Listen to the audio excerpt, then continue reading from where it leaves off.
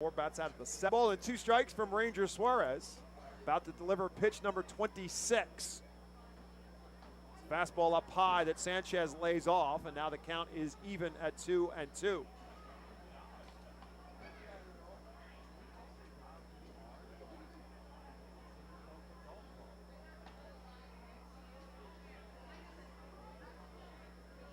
This one driven into shallow center field. Johan Rojas will take charge, and he'll make the catch for out number 3.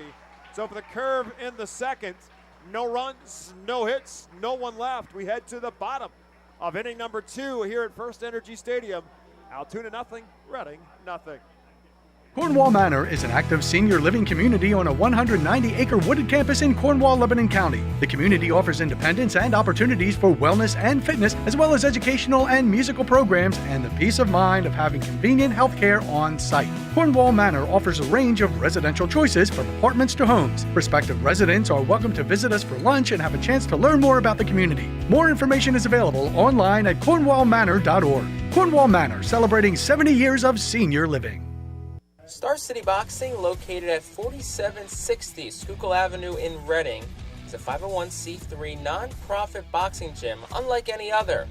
Our goal is not only to help you be fit, but to be the best outlet for our youth and community. We welcome anyone who wants to improve their way of life, be fit, and box competitively or non-competitively. We work with you to reach your goals in and out of the gym. Stop in and meet our stars today. Check us out and follow us on Facebook, Instagram, and Twitter for upcoming events and happenings.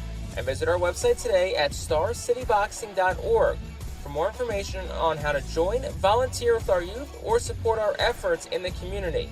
Star City Boxing is a proud continued 2023 Our Phil's Fiesta Friday partner.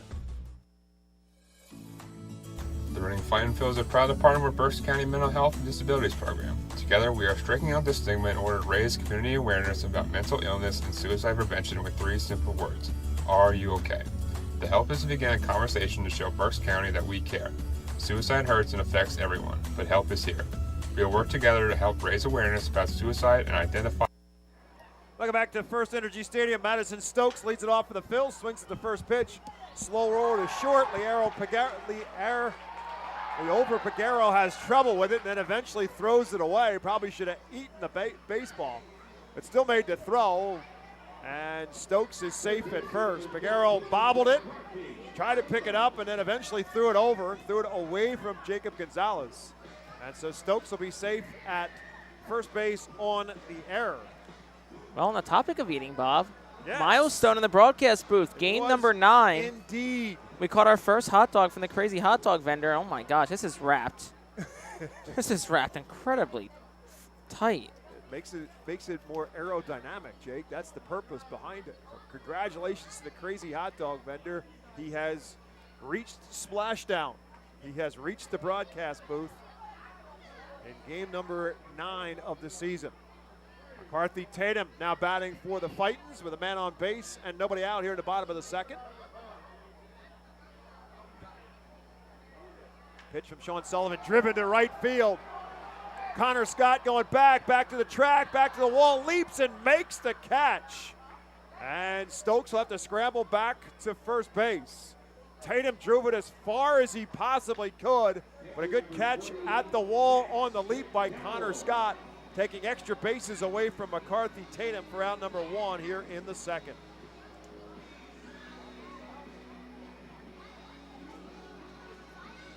That'll bring up Max McDowell. McDowell running a 4-game hitting streak as he steps to the plate. And a couple hits in last night's game, now at .207 on the season. How has that batting average up and over the Mendoza line at .207 after an 0 for 13 start to the season. He is 6 for his last 16, however. 1 ball and no strikes to Max. And the next pitch is a bit low, and it's 2-0. Still working on this hot dog wrapper over here. I don't know how you get this open. They've actually ruled that play on Stokes a base hit, so that's interesting. It'll be a second hit for the Phils. This one tapped foul and out of play. You have an error on the scoreboard, but I thought the official score just said base hit on the play by Stokes. We'll double check that and make sure.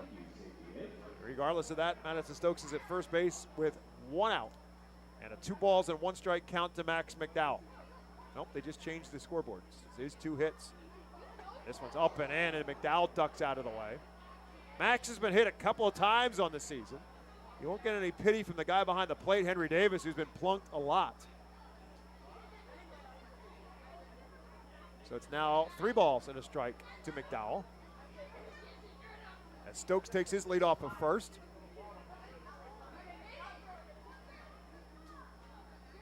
Up high again, ball 4. So again, the Phils with a couple of men on base here, just like they did in the first, trying to cash one in. 2 on, 1 out for Cody Roberts.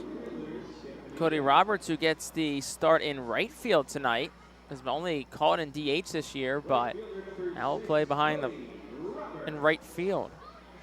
Did play in 3 games last year in right field for Bowie. He was in the Orioles organization for the first 4 years of his career.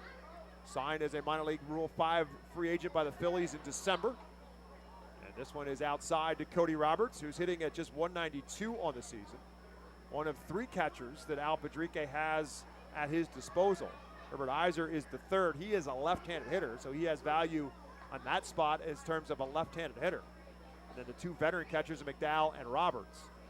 And here's the pitch from Sullivan. It's over for a called strike on a curveball, so it's 1-1 to Roberts. Ask Al Padrique about Cody Roberts playing in right field. He said he's a good athlete. He'll be able to handle it fine. He's played there before. 1-1 pitch to him is up high, ball 2. It also gets him a much more veteran bat in the lineup.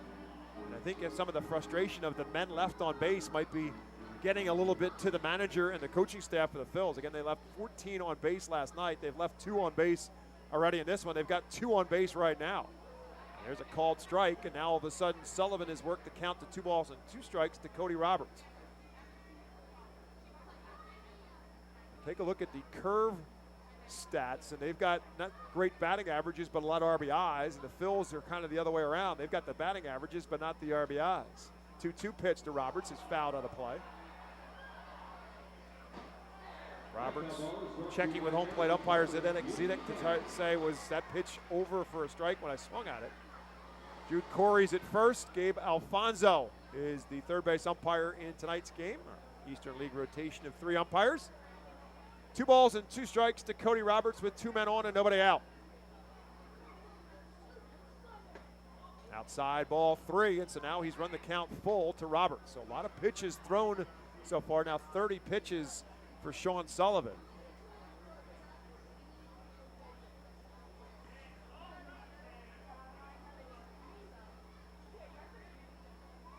Three-two pitch rolled towards 3rd. Leyba will make the play to first in time for the out. So everybody else moves up 1, so it almost serves like a bunt, although Roberts will be charged with the at-bat. And now it's 2nd and 3rd and 2 outs in the top of the order in Johan Rojas.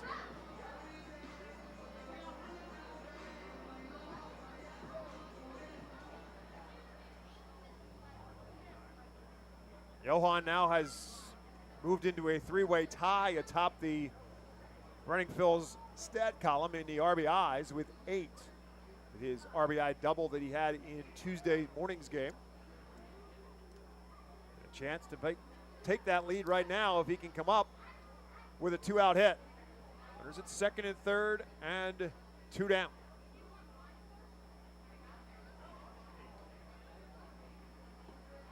First pitch to him is a ball. The 2nd inning of baseball here in Baseball Town, brought to you by Cornwall Manor, an active senior living not-for-profit community in scenic Cornwall, PA, outside of Lebanon. 1 ball and no strikes to Johan Rojas, who struck out his first time up. This pitch is over for a called strike 1.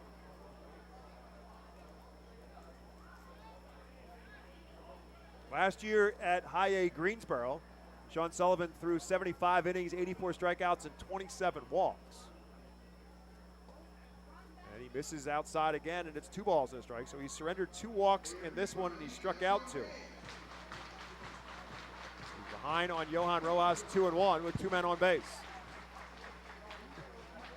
You finally reached pay dirt. Finally got to it. Crazy hot dog vendor hot dog. Good for you. Good perseverance. Pitch. Takes another for a ball, and it's 3-1. Johan's shown good patience in this series. He had 3 walks totaled in this series. Was on base because of a couple of walks and an error in last night's game. Batting average doesn't show it. He's 1 for 7 in the series.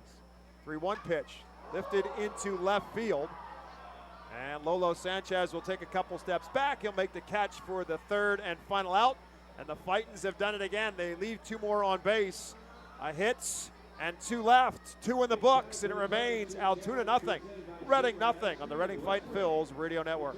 Cornwall Manor is an active senior living community on a 190-acre wooded campus in Cornwall, Lebanon County. The community offers independence and opportunities for wellness and fitness, as well as educational and musical programs and the peace of mind of having convenient health care on site. Cornwall Manor offers a range of residential choices from apartments to homes. Prospective residents are welcome to visit us for lunch and have a chance to learn more about the community. More information is available online at cornwallmanor.org. Cornwall Manor, celebrating 70 years of senior living. The Fightin Phils know who to call for trash and recycling services. A proven winner, JP Mascaro & Sons. The industry leader for over 50 years. Trust the familiar Mascaro Blue Elephant to provide dependable, quality service for your home or business.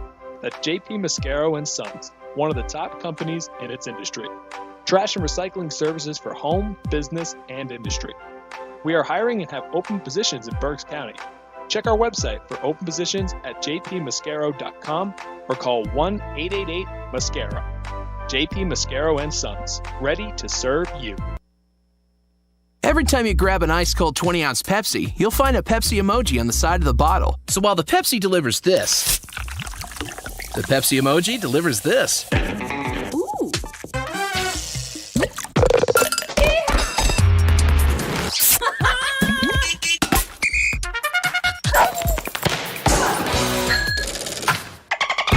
So go ahead, crack open a Pepsi and tell the world how you feel and what you love with Pepsi emojis. Say it with Pepsi.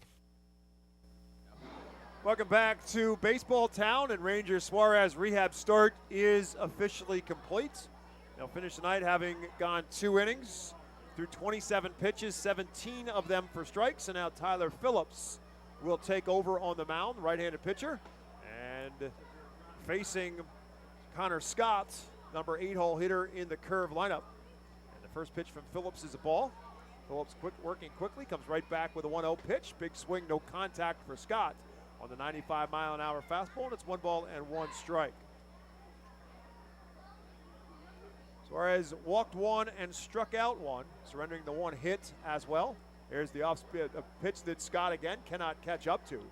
And so now it's 1 ball and 2 strikes. 6'5", 225-pound, 25-year-old right-hander is Tyler Phillips. Again, he is in the Fightin starting rotation. He actually started on opening day for the Phils on the road in Richmond. Native of Lumberton, New Jersey. And his 1-2 pitch just outside for a ball. So kind of, sort of a local from Pennsauken, New Jersey, just across the bridge from Philadelphia. 2-2 pitch from Phillips. Big swing, no contact, and Scott. And that'll be strike 3. McDowell has to pick it up and tag the batter, and that is out number 1. So Connor Scott is a strikeout victim and out number 1 here in the 3rd. Phillips 0-2, a 4.76 ERA. Pitched a week ago today at Portland. Was actually ejected in that game after a close play at the plate. Spiked the ball, and the umpire immediately threw him out of the game. Andres Alvarez with slow roll to Madison Stokes. Big hop, low throw, and it scoots by De La Cruz. Alvarez takes the turn at first base, but before Max McDowell can run it down, he comes back to first. So Stokes again playing shortstop for the first time tonight. He did play there several times last season in his time in Reading before some injuries slowed down his season. But it was a 1 hopper to Carlos De La Cruz, who could not make the play. And so Alvarez will be safe at first on the error. That's one of those plays we talk about. De La Cruz still learning that first base position. That'll bring up the top of the order and Leover Peguero. Peguero grounded back, a little slow roller that Ranger Suarez off the mound and made a great play on down the third baseline. to retire Peguero as the first batter in the ballgame. First pitch from Phillips is ball one. Phillips from the stretch, from the stretch, comes to the plate and misses again, and it's 2-0. Phillips claimed off waivers from the Texas Rangers in July of 2021. Not pitched last year because of having surgery in his pitching elbow. 2-0 pitch, over for a called strike one. Peguero not agreeing with home plate umpire Zdenek Zidik. 2 balls and a strike to him. Peguero at 231 on the season coming into tonight's game. This one back to the box. Phillips knocks it down, scrambles, picks it up, and it will throw him out. So Peguero again out on a 1-3. Looks like he was the first time up. Good recovery by Tyler Phillips. Looked like it is glove first, so no concern out of the Fightin's dugout as to whether or not it got any skin or issue for Phillips. That's 2 down now, and the runner, Alvarez, moves up to second base on the play. Good no panic by Tyler Phillips. Hit right off his foot, doesn't panic, gets the ball, pounces on it right away, and makes a strong throw to first. So Henry Davis now will bat for the Curve. And the first pitch to him is over for a called strike. Davis, a strikeout victim, his first time up.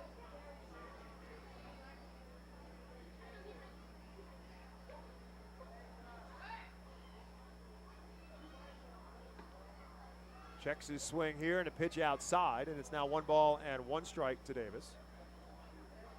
And the number 1 pick in the 2021 draft out of the University of Louisville. The number 3 prospect in the Pirates organization, just 23 years of age.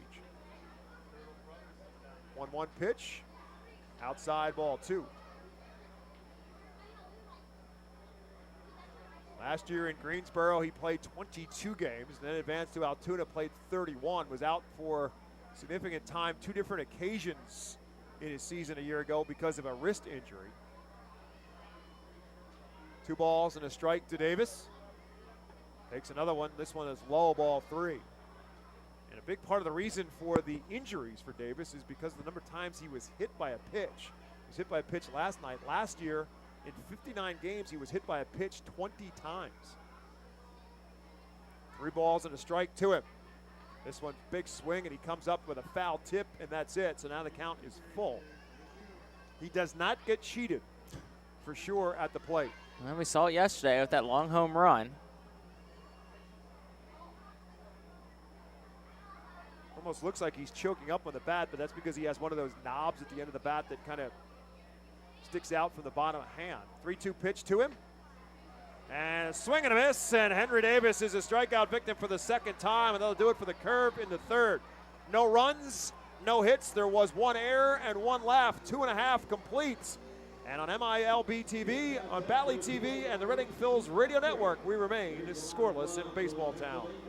Nursing home neglect is a serious problem. If you or a loved one has suffered from bed sores obtained in a nursing home or a fall down in a nursing home resulting in a fracture, our friends at Swartz Culleton can help. Call the attorneys at Swartz Culleton for a free consultation. Their phone number is 1-800-JUSTICE. That's 1-800-587-8423. Once again, call 1-800-JUSTICE today. Swartz Culleton is a proud sponsor of the Reading Fightin' Phils. Humane Pennsylvania is an innovative national leader in animal welfare with adoption centers, accredited nonprofit veterinarian hospitals, emergency animal rescue services, community pet assistance programs, and a free community dog park. At HPA, we are passionate about going the extra base to keep your pets healthy and happy at home with you.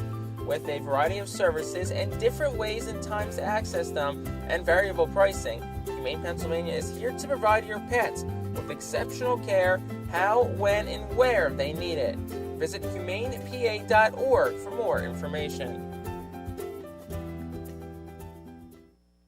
The Enersys Power Alley Pub features a 2.5-hour all-you-can-eat buffet, private bar with bartender, 2 rows of seats, bar stool seating, and 4 cafe tables. The pub provides your party a private area to enjoy the ball game away from other fans. The Enersys Power Alley Pub may accommodate groups of 40 to 60 people. Enjoy socializing with your group and watch the game with a unique vantage point. Bottom half of the third inning is presented to you by Swartz Culleton PC. If you or loved one is a victim of nursing home neglect, get justice. Call 1-800-JUSTICE today. Fightin's looking for a little justice against Sean Sullivan. They've had him on the ropes. They can't get one across. No score as they come to the plate here in the bottom of the third. Oliver Dunn leads off, and the first pitch to him is ball one.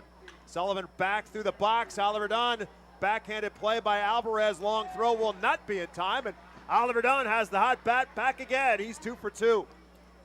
Yeah, valiant effort by Dunn, and a great play at second by Alvarez. But, I mean, look, there's nothing you can really do at that point, but nonetheless, it's another multi-hit game for Oliver Dunn. That's number 7 on the season across this Phillies squad that leads the team as well. Next closest would be 5, McCarthy Tatum.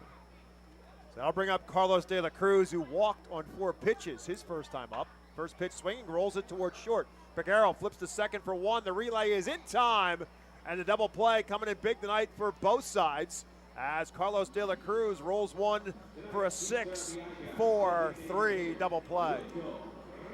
Double plays presented by Univest, the 21st this year, turned by Altoona. That leads the Eastern League. Team that's last in the Eastern League in double plays. So on the other side, the Fightin Phillies. So I'll bring up Wendell Rijo, who struck out his first time up. Struck out looking his first time up. And the first pitch to him is a called strike one.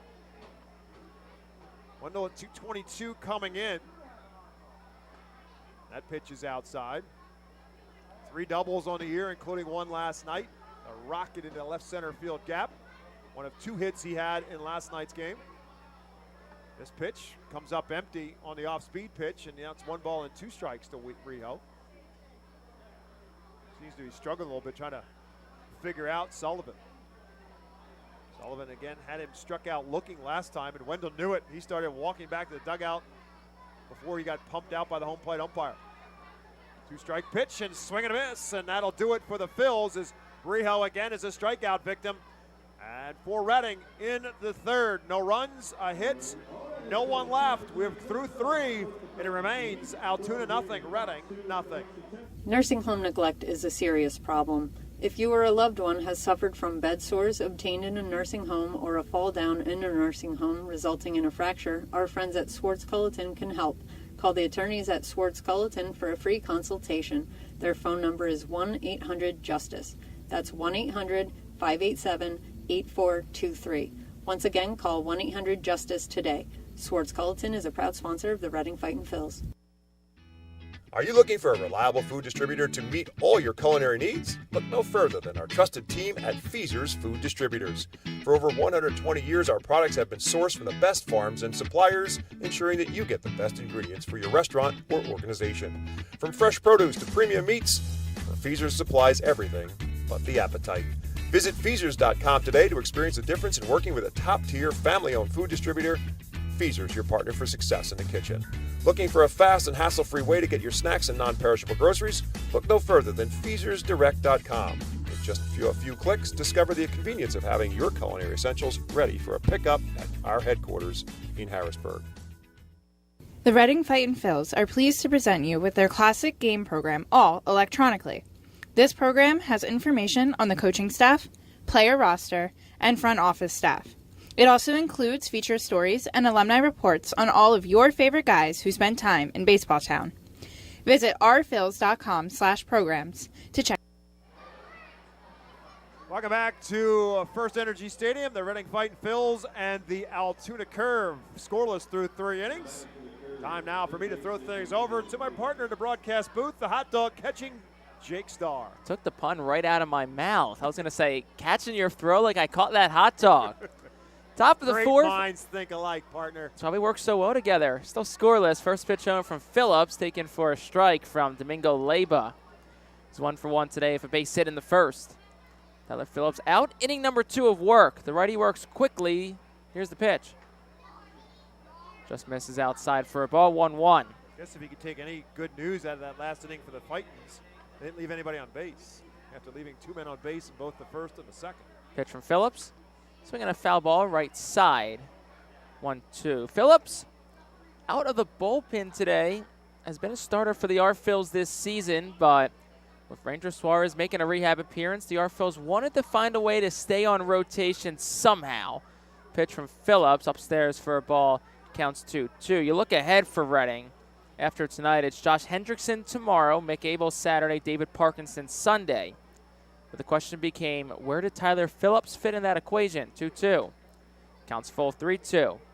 So today, Phillips got the opportunity to piggyback off Ranger Suarez, comes out of the bullpen. Something he's not ill-familiar with, but hasn't done in quite a while. Counts full to Leyba. Here's the pitch. Swinging a foul back. Count stays full 3-2, no outs. Phillips and myself had a chance to catch up before the game. He was like, yep, out of the bullpen today, coming in behind Ranger. Asked him how his approach changes, and he goes, it's definitely different. It's definitely a bit weird. Your routine's thrown off a bit, the 3-2. Swing and a miss. Hits the dirt, so McDowell will chuck it to De La Cruz, but nonetheless, Leyba down on strikes. Third strikeout for Tyler Phillips. Matt Gorski to the dish, one out, top four, scoreless ball game, but certainly hasn't impacted him so far. He's looked pretty solid so far in an inning and a third. 3 strikeouts out of the 4 batters he's faced. If it wasn't for an error, he would be unblemished in terms of base runners. Phillips works against Gorski. First pitch home is down low for a ball, 1-0, but so mindset's a bit different for a guy like Tyler Phillips, who got the start on opening day, missed all of last year. Here's the 1-0. Outside for a ball, 2-0 after getting Tommy John surgery towards the end, after getting hurt at the end of the 21 season. Said preseason was throwing, and it was bound to happen, and eventually it just snapped. Here's the 2-0. That one's dribbled towards short. Stokes fields it on a couple of hops, chucks it across in time.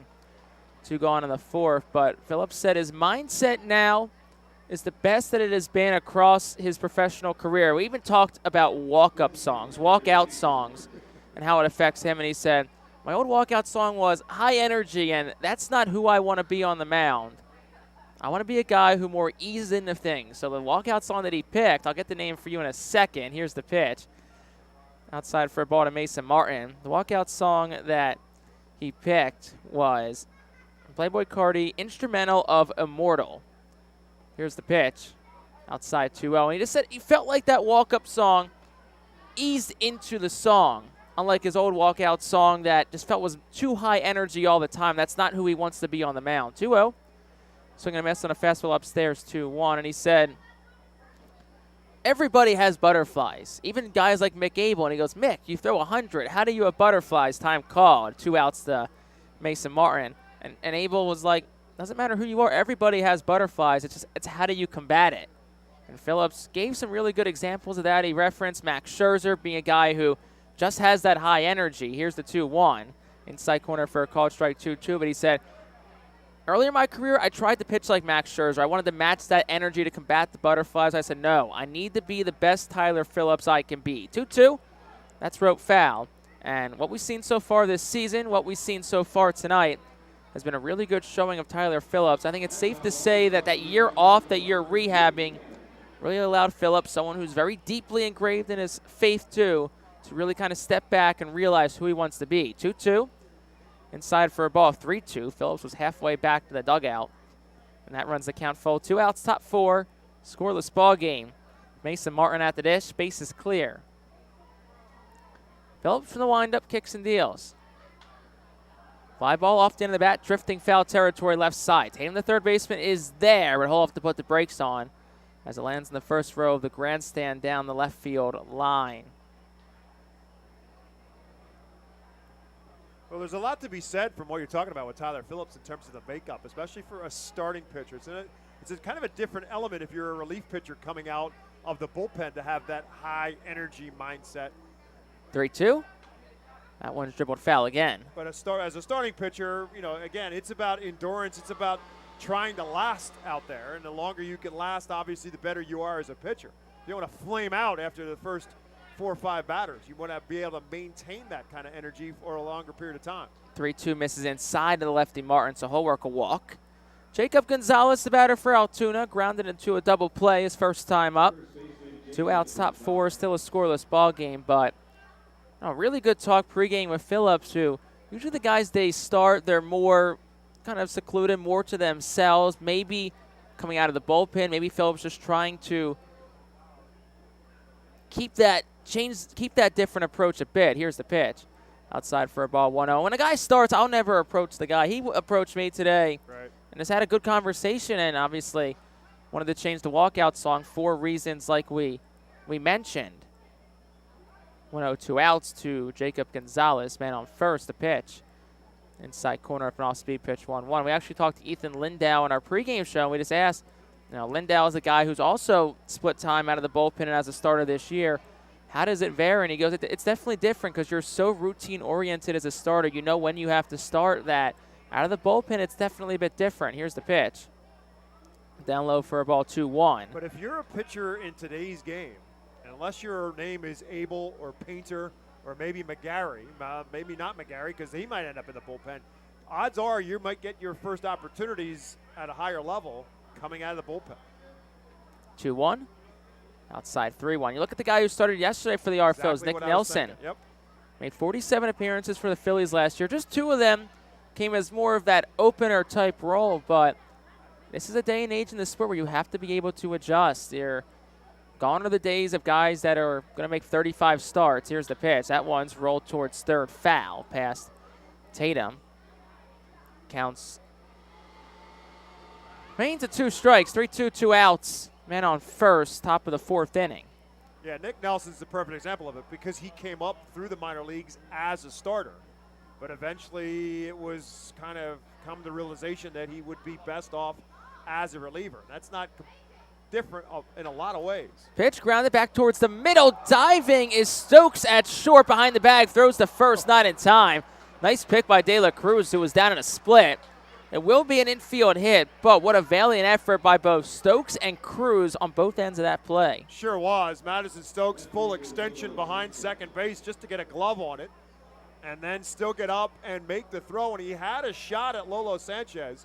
It was a low throw and a great stretch by Carlos De La Cruz, but Gonzalez enough to beat it out. Good play by both ends. Just took just a hair too long. First pitch to Lolo Sanchez is down. They'll appeal to first, say no swing. So top of the 4th still scoreless as well. 2 outs after the first 2 batters were quickly retired by Phillips. Walking a single puts 2 on for Lolo Sanchez. Kicks and deals. Tight for a ball, 2-0. This is the 3rd of 6 this week between the Fightin Phils and the Altoona Curve. Reading took the first on Tuesday. Altoona responded with an offensive outburst of their own last night. Here's the pitch. Off the end of the bat, sliced out towards right center. Rojas and Roberts converge, and the center fielder Rojas will make the call on the catch. That will retire the side in the 4th. No runs on a hit, no errors, and 2 left on base through 3.5. Still scoreless on the Phils Radio Network. The Louisiana Swamplands. Out here, you're either lunch or you're enjoying it. Make sure you end up on top with the all-powerful lineup of Kia SUVs, like the Telluride, Sportage, and Sorento, equipped with available all-wheel drive, higher ground clearance, and the interior capacity to bring everything you need, so you'll always remain more than a gator's length ahead. Visit your local Kia dealer today to find your next adventure in our ever-capable lineup of SUVs. Kia, movement that inspires. Call 800-3334-KIA for details. Always drive safely. When the Reading Fightin Phils get hungry, we turn to our team feed partners. Special thanks to Chick-fil-A, Pizza Como USA, Railroad House, Why Missing Restaurant and Bakery, Jersey Mike's Subs, Mimo's Italian Restaurant and Bakery, Subway, and Clean Eats for making sure the Fightin Phils front office is never hungry on game day. Our staff enjoys delicious meals from our team feed partners. Don't take our word for it. Find out for yourself today.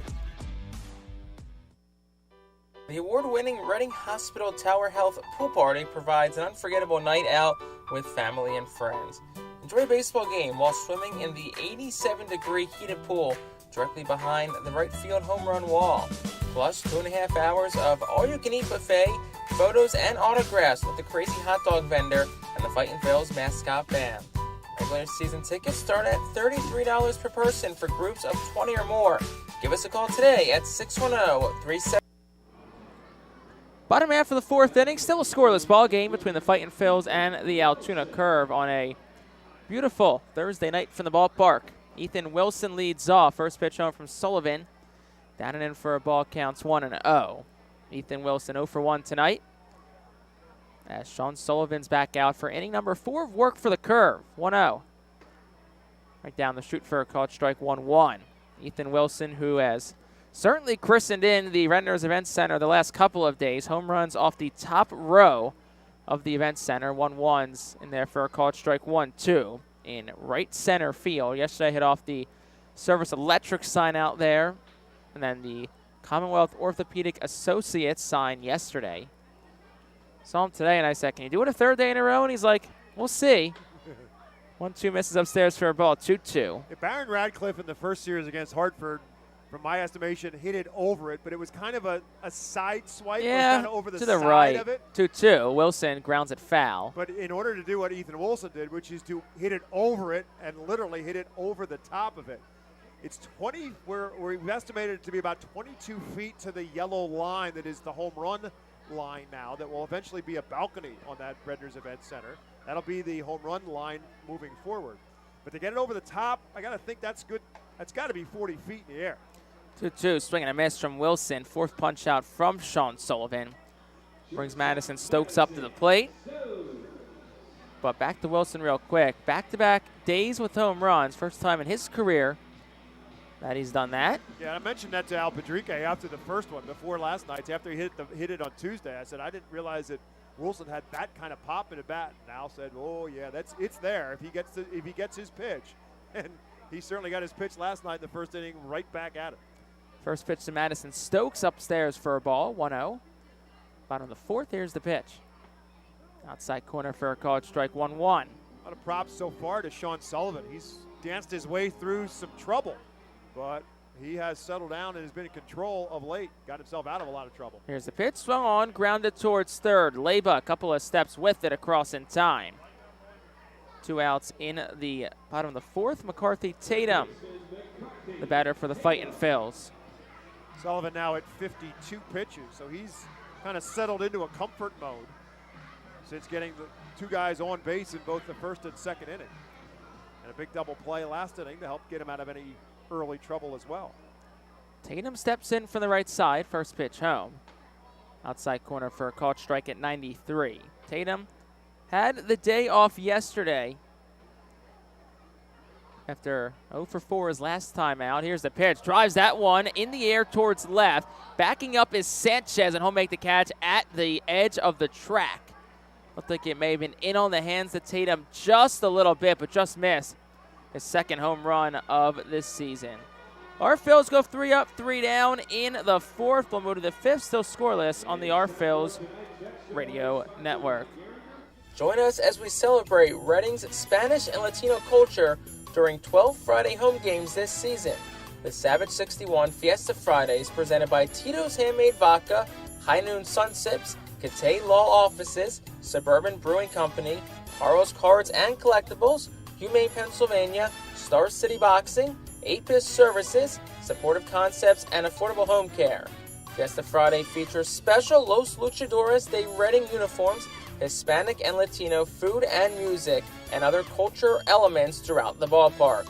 Get your tickets now by calling 610-370-BALL, online at ourphils.com or at the Customers Bank ticket office.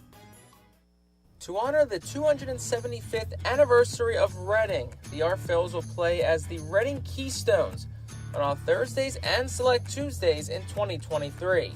Tuesdays are brought to you by Coatesville VA Medical Center.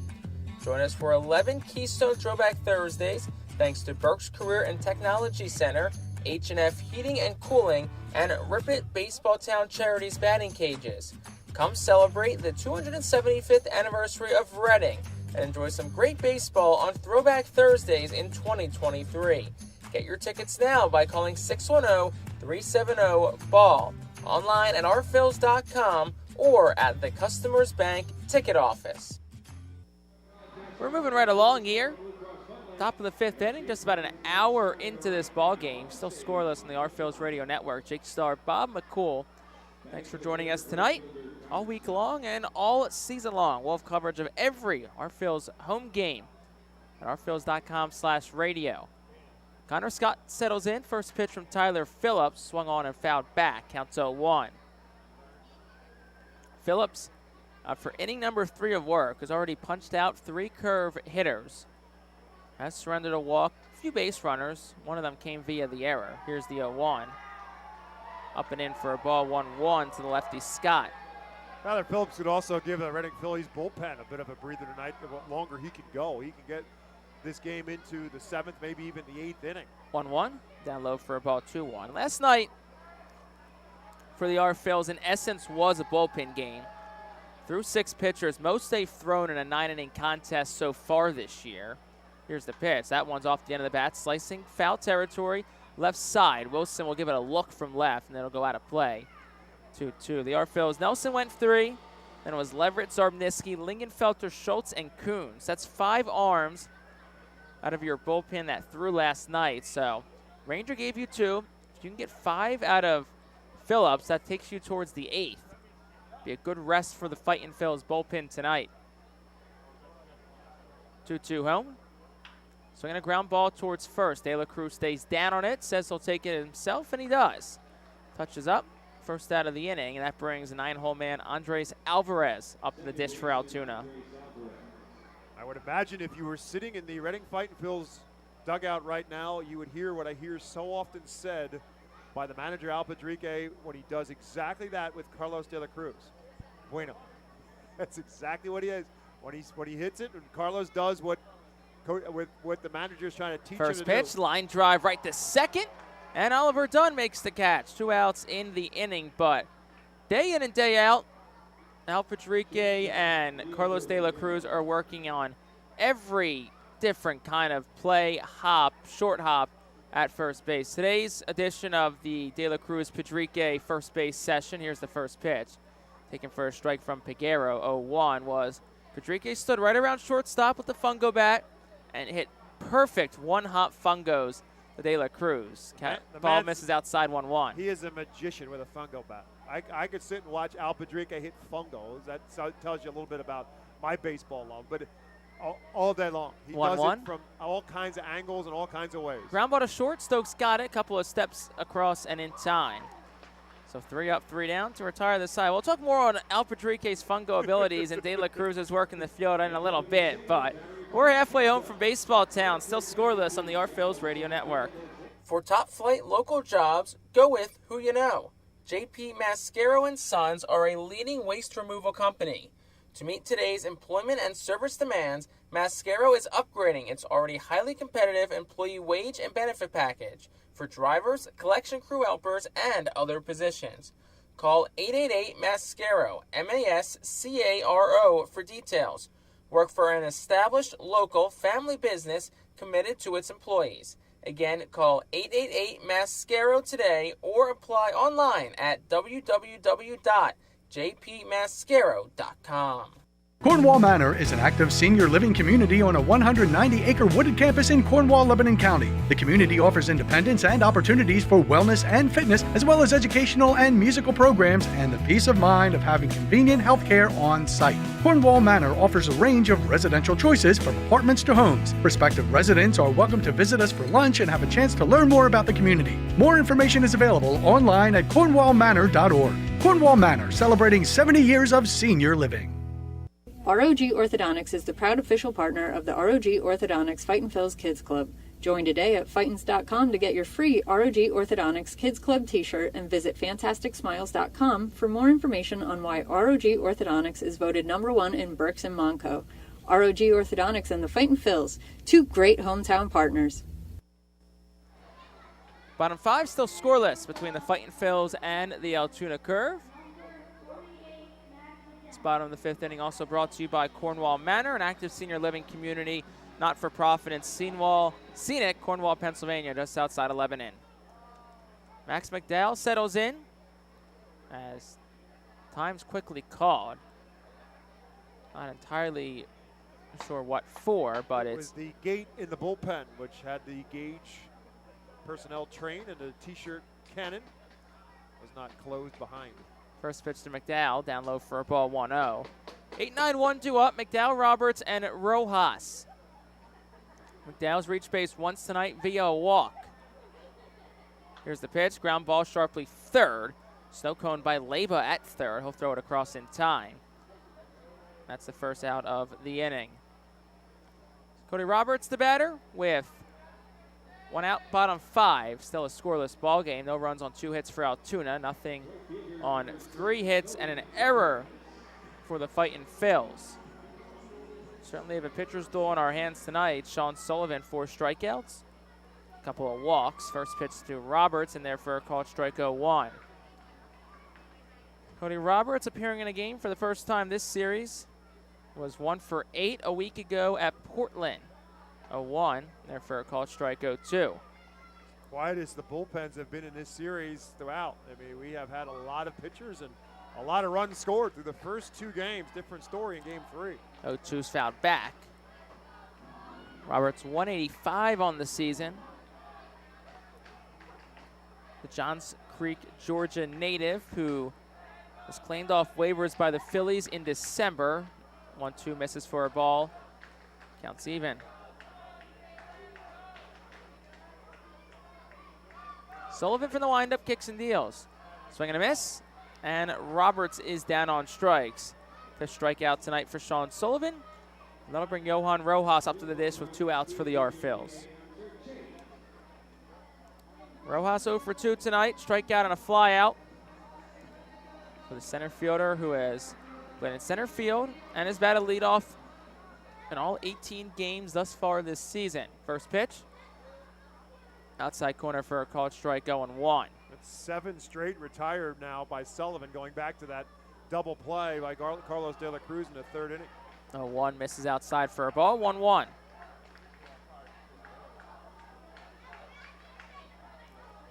Infield plays pretty much straight away against Johan Rojas. Here's the 1-1. Swing and a miss. 1-2. Big cut from Rohan.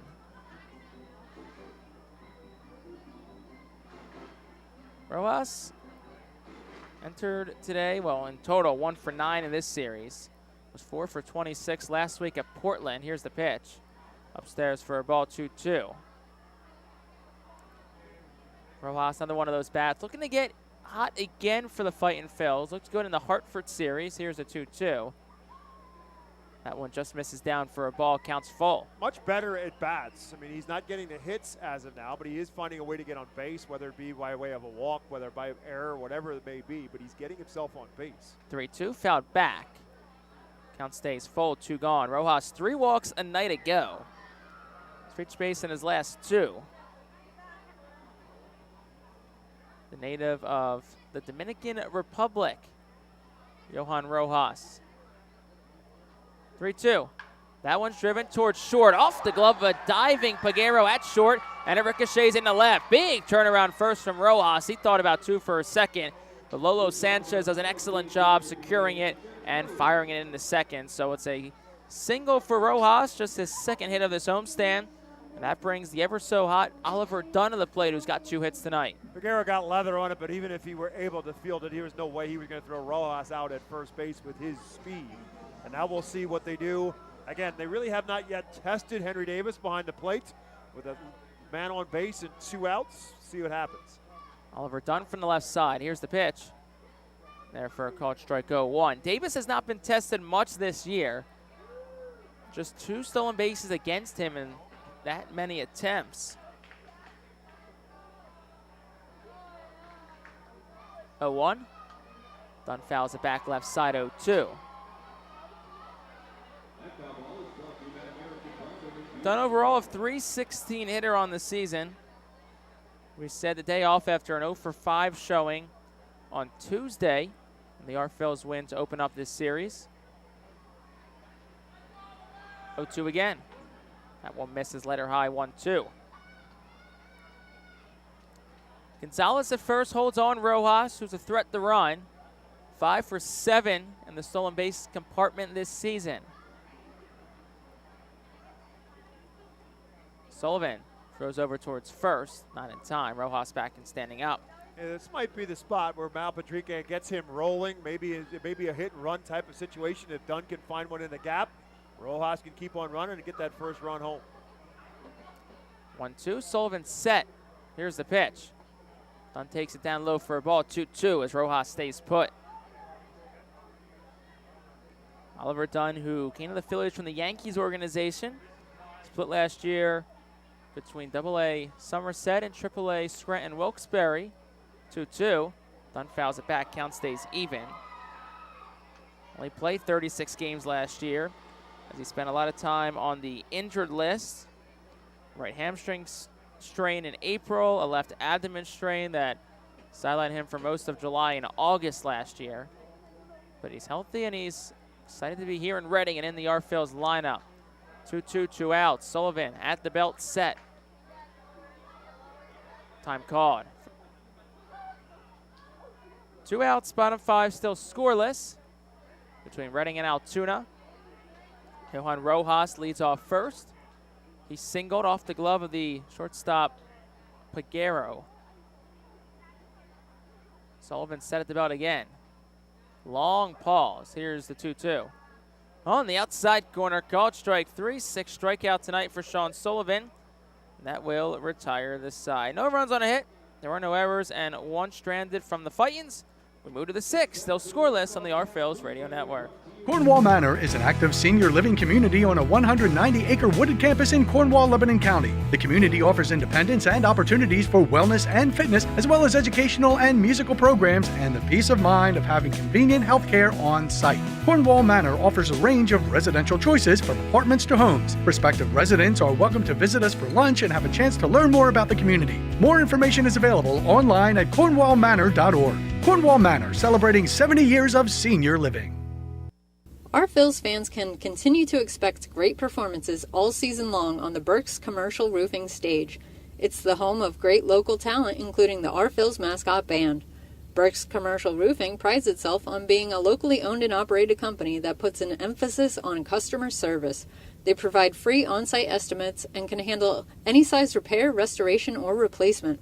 Visit burkscommercialroofing.com or call 610-717-3949 for more information. And don't forget to sit back, relax, and enjoy the show at the Burke's Commercial Roofing stage at America's Classic Ballpark. To enjoy a perfectly crafted 1893 from the makers of Pepsi Cola, you must first appreciate its carefully selected ingredients. A dash of cola nut extract, a hint of real sugar, a splash of sparkling water, and a generous amount of attractive spokesperson. Trust me, I'm gorgeous. Cheers to 1893 boldly blended colas, a delicious balancing act of premium ingredients from the makers of... Here we go to the top of the 6th inning, still scoreless. First pitch from Tyler Phillips. Misses upstairs for a ball to Henry Davis. Count is 1-0. Nick Domkowski throwing in the curve bullpen. Here's the 1-0. Davis swings, lines it, and a left field base hit. Tatum dove, but he stood no chance at that one. So it's a leadoff single for Henry Davis. Domingo Leyba up to the plate now for Altoona. Like the bright yellow gold spikes that Leyba is adorned with tonight. Looks like he's ready for making the call up for the Pirates with those spikes on. Speaking of calls up to the Pirates, Drew Maggi got first big league start today. The Pirates win over the Dodgers. Runner goes. Here's a pitch from Phillips. That one's lined towards right field. It'll be foul by about good 5 feet. So count goes to 0-1, but it was a great start, though, by Henry Davis off the bag. He was a literally running lead. He didn't have a walking lead. He had a running lead. Tyler Phillips not paying a whole lot of attention to him, and Davis was about to make him pay for it.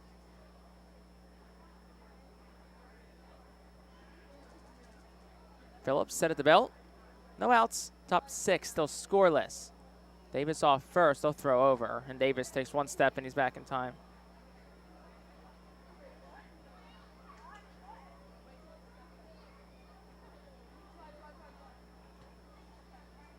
Leyba, 1 for 2 tonight, strikeout and a single back in the first. Runner goes again, also an excellent start, and it's fouled off again by Leyba. Looks like they're trying to get a hit and run in, Bob. That's exactly what they're doing. Looks like Kalex Grabbit kind of thinking what I was thinking the Phils might do last inning, with Johan Rojas on base and just get something started. Runs obviously at a premium at this point in time, so maybe you can make something happen by getting a runner started, and all of a sudden a base hit gets you an extra base. Nothing into the count. Davis looks jumpy again, trying to get a read as he jab steps each way. Pitch in. Davis stays put. It's inside for a ball, 1-2. Yeah, Carlos De La Cruz isn't holding the bag. He's holding him off the bag. He's about 2 steps off the base. And so Davis has to take that much of a bigger lead to make sure he gets around Carlos and get a good look at the pitcher. Counts 1-2. Phillips deals. Swung on, fouled back just to the right of home plate. Count stays 1-2. And you mentioned the Drew Maggi story. It's a great story. He was supposed to be here in Reading with the Altoona Curve and got the call up right before the series started. And a lot of great stories. 13 years in the minor leagues, and got his first opportunity to get an at-bat. He had been called up before but didn't get an official at-bat and got that last night. And as Jake said, gets a start today for the Pirates. 1-2, no outs, top 6. Davis off first. Phillips set at the belt. Here's the pitch. That one bounces. Nice work by McDowell to block it. Count moves 2-2. Pirates playing good baseball right now. Took 2 of 3 from the Dodgers at home. On a first place divisional lead in the National League Central Division. Some might be saying the Buccos might be back. 2-2, no outs. Phillips set at the belt. Here's the pitch. Swinging a ground ball softly right side. It'll go foul. Of course, made headlines as well with the signing of Brian Reynolds. First time they really locked somebody up for a big contract, for a multi-year contract, a 7-year contract for Brian Reynolds. It's got to feel good throughout the organization and the fan base. You're playing well, and also you lock up a franchise cornerstone for the next 7 years. A lot of these guys are under long-term team control for the Pirates as well. 2-2 the count. Domingo Leyba. Here's the pitch. Ground ball towards second. Dunn has it. Flips to second for 1. Throw to first in time. 6-4. Actually, 6-3 double play. Dunn the Stokes to De La Cruz. Second double play of the day. 7th of the season. And that double play is presented by Univest. Yeah, that's been the story of tonight. Men left on base early for the Fightins, and double plays eliminating any kind of a rally for both sides. Gorski up with 2 gone. First pitch home. That one's in tight for a ball, 1-0. This day in baseball town history, April 27, 2004. Gavin Floyd here in Reading. Pitches 5 1/3 shutout innings. Here's the pitch from Phillips. Swing and a miss, 1-1. Extends its season opening scoreless streak to 17 straight innings to lead the Phillies past Portland 3-1 in Game 1 of a doubleheader. 1-1 pitch home. Swinging a ground ball towards third. Underhand scoop. Tatum throws across in time. Side retired. And that is how the 6 comes to an end. No runs on a hit. No errors. No one left. We go to the bottom of the 6th. Still scoreless. Fightin looking for a run on the Our Phillies Radio Network. The Reading Fightin Phillies are proud to partner with Berks County Mental Health and Disabilities Program. Together, we are striking out the stigma in order to raise community awareness about mental illness and suicide prevention with 3 simple words. Are you okay? The help is to begin a conversation to show Berks County that we care. Suicide hurts and affects everyone, but help is here. We will work together to help raise awareness about suicide and identify what we can do as a community to prevent it. People in need of assistance and support should call Crisis Intervention at 610-379-2007. Spend some quality time with the family by taking them out to the ball game every Sunday home game at FirstEnergy Stadium. Sundays are Berks Packing Sunday Family Fun Days, presented by Golden Oaks Golf Club, PA Army National Guard, Culligan Water, Aspen Home Improvements, and Rip It Baseball Town Charities batting cages. Get 4 tickets, 4 hot dogs, and 4 sodas for only $56 when purchased in advance. Join us for Berks Packing Sunday Family Fun Days at all Sunday home games all season long at FirstEnergy Stadium. Looking for the place to have the ultimate family fun at the Fightin Phils game? Look no further than Capital Blue Cross Funland. Capital Blue Cross Funland features the most exciting games and entertainment at the ballpark, including speed pitch, mini golf, ring toss and peach basket toss, mascot autograph booth, a bounce house, and the incredible giant inflatable slide. Bring your family to all the fun at their next Our Phils game. Bottom 6 still scoreless. New arm on the mound, Bob Real Quick, and Nick Dumkowski. Nick Dumkowski making his first appearance in this series. Left-handed pitcher. And he'll face Carlos De La Cruz. Good outing for Sean Sullivan. 5 innings pitched. 4 hits, no runs, 2 walks, and 6 strikeouts. First pitch, De La Cruz swings and misses. Dumkowski, 6'2", 210-pounder, left-hander, originally from West Springfield, Massachusetts. Played his college baseball at Hartford. 0-1, taken for a ball 1-1. College baseball powerhouse. Hartford University, D1 school. Same town as the Hartford Yard Goats. 1-1. De La Cruz hits one in the air, shallow right. In comes Scott, the right fielder. He'll make the catch belt high as he races towards the infield dirt. 1 away in the inning for Wendell Rijo. Dumkowski last year pitched actually in 3 different levels. Began the season in Low A Bradenton and pitched just 4 games there, all out of the bullpen. Then to High A Greensboro, 10 games, 1 of them a start, and then finished the season last year in Altoona. Pitched 22 games for the Curve in 1 start. For the Curve, he was 3-1. 3.92 earned run average, 45 strikeouts. First pitch to Rijo down in there for a strike. 45 strikeouts, 11 walks in 41 and a third inning for the 24-year-old lefty. Rijo 0 for 2 tonight. Here's the pitch. Big swing and a miss, counts 0-2. I would think Wendell be happy that Sean Sullivan's out of the game. He did not look comfortable at all in his 2 at-bats against Sean Sullivan. Now he's down 0-2, 1 out, bottom 6. Still a scoreless ball game with Wendell Rijo at the plate. Dumkowski kicks and deals. Outside corner, little off, 1-2. Called for a ball. Wendell was struggling a little bit early on, but he really looked locked in last night. He had a couple hits last night and a walk, and he hit a rocket on that double. That one swung on and missed. Different story tonight. 3rd strikeout tonight for Rijo, 2 outs in the inning, and Ethan Wilson will settle in from the left side. And of course, Phils are down a man again. Cam Cannon, some kind of a hamstring issue last night, so he is on a 7-day DL. Wilson takes the first pitch upstairs for a ball, 1-0. Nick Podkill was activated as a result, so one of the hot bats in the Phils lineup in Cam Cannon, down for at least 7 days. 1-0. Breaking pitch in there for a called strike, 1-1.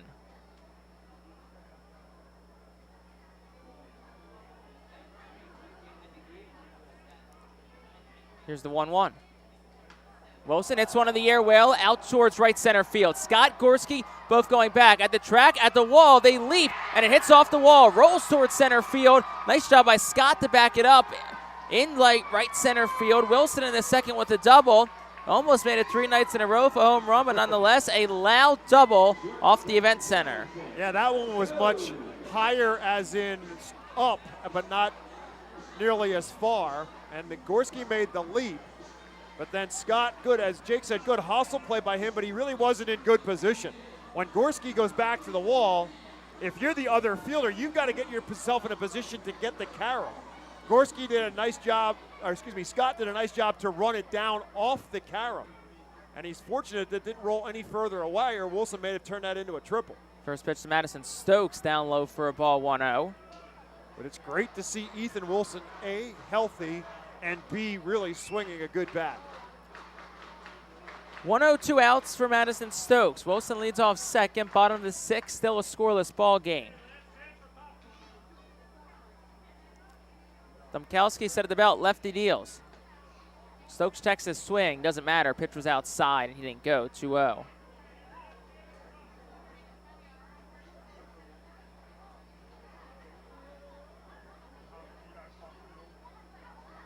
Stokes 1 for 2 tonight. 3:55. Here's the pitch. That one's fouled back. Count is 2-1.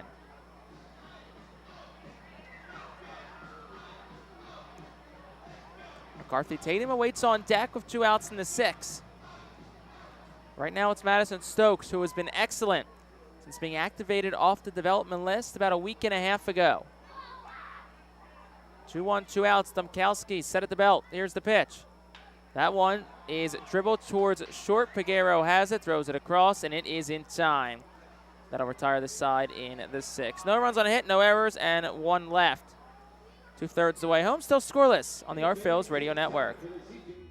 Are you looking for a reliable food distributor to meet all your culinary needs? Look no further than our trusted team at Feasers Food Distributors. For over 120 years, our products have been sourced from the best farms and suppliers, ensuring that you get the best ingredients for your restaurant or organization. From fresh produce to premium meats, Feasers supplies everything but the appetite. Visit Feasers.com today to experience the difference in working with a top-tier, family-owned food distributor. Feasers, your partner for success in the kitchen. Looking for a fast and hassle-free way to get your snacks and non-perishable groceries? Look no further than FeasersDirect.com. With just a few clicks, discover the convenience of having your culinary essentials ready for a pickup at our headquarters in Harrisburg.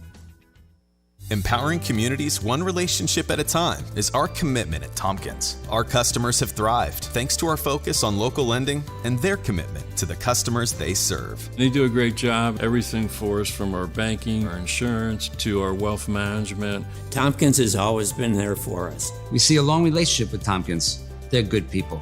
Tompkins, banking, insurance, wealth. Member FDIC Equal Housing Lender. Investment and insurance products are not FDIC insured, not bank guaranteed, and may lose value. Be the first to know everything about your Red and Fightin' Phils by signing up for the Baseball Town Insider email newsletter. Once you become a Baseball Town Insider, you will receive breaking news about Fightin's promotions, including giveaways and guest appearances, special events, exclusive offers. Top of the 7th, scoreless ball game. Bob, bring us home. Bring us some runs, too. Yeah, priority number 1, bring us some runs. No runs in this one, as the Curve come to the plate here in the top half of the 7th inning. Tyler Phillips still out there for the Fightins. And as I say that, the bullpen starts to stir a little bit down the right field line, as the first pitch to Mason Martin is a swing and a miss at an off-speed pitch. And he's quickly ahead as Phillips delivers his 66th pitch since taking over for Ranger Suarez. Pitch up high that Martin cannot catch up to, and quickly works ahead of Mason Martin. No balls and 2 strikes. Phillips ready to go. Martin calls timeout. Martin 0 for 0 on the night. He's walked in both plate appearances. The first one against Ranger Suarez. If you missed it, Ranger Suarez making his rehab start for the Philadelphia Phillies. Pitched 27 pitches through the first 2 innings, 13 in the first inning, 14 more in the second. As Martin fouls this one out of play and remains in an 0-2 hole. Suarez threw 17 strikes in his 27 pitches, gave up a hit, a walk, and a strikeout. Martin misses outside. Tyler Phillips took over in the 3rd inning, and he has been pretty solid himself so far. No runs on 5 hits and an error for the Phils. No runs on 3 hits and no errors for the Curve. 1 ball and 2 strikes to Mason Martin leading off here in the top half of the 7th inning.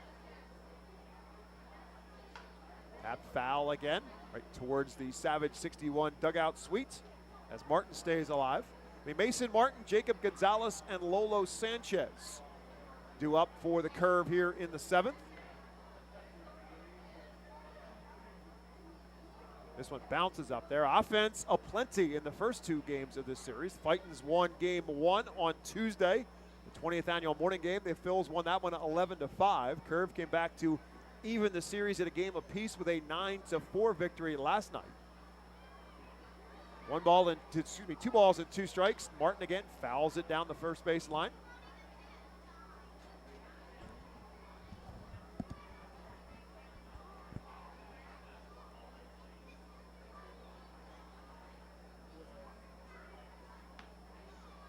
Two pitch in the hole towards right side. Oliver Dunn extension and gets up and throws him out.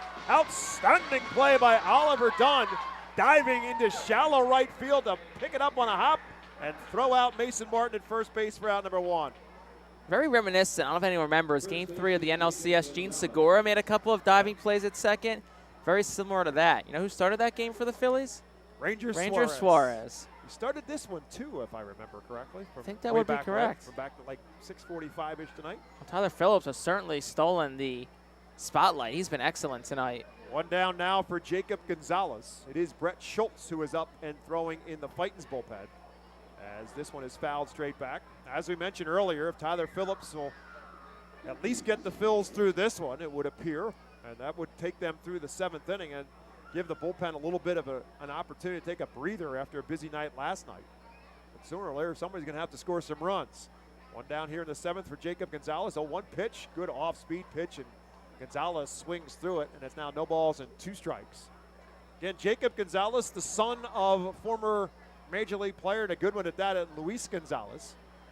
Originally from Scottsdale, Arizona, was originally drafted by the San Francisco Giants in the 2nd round in 2017. 0-2 pitch to him. Swing and a miss, strike 3. And that'll be 2 outs here. And the 4th strikeout recorded by Tyler Phillips since taking over. I'll bring up Lolo Sanchez, who's 0 for 2 with a couple of flyouts to Johan Rojas in center field.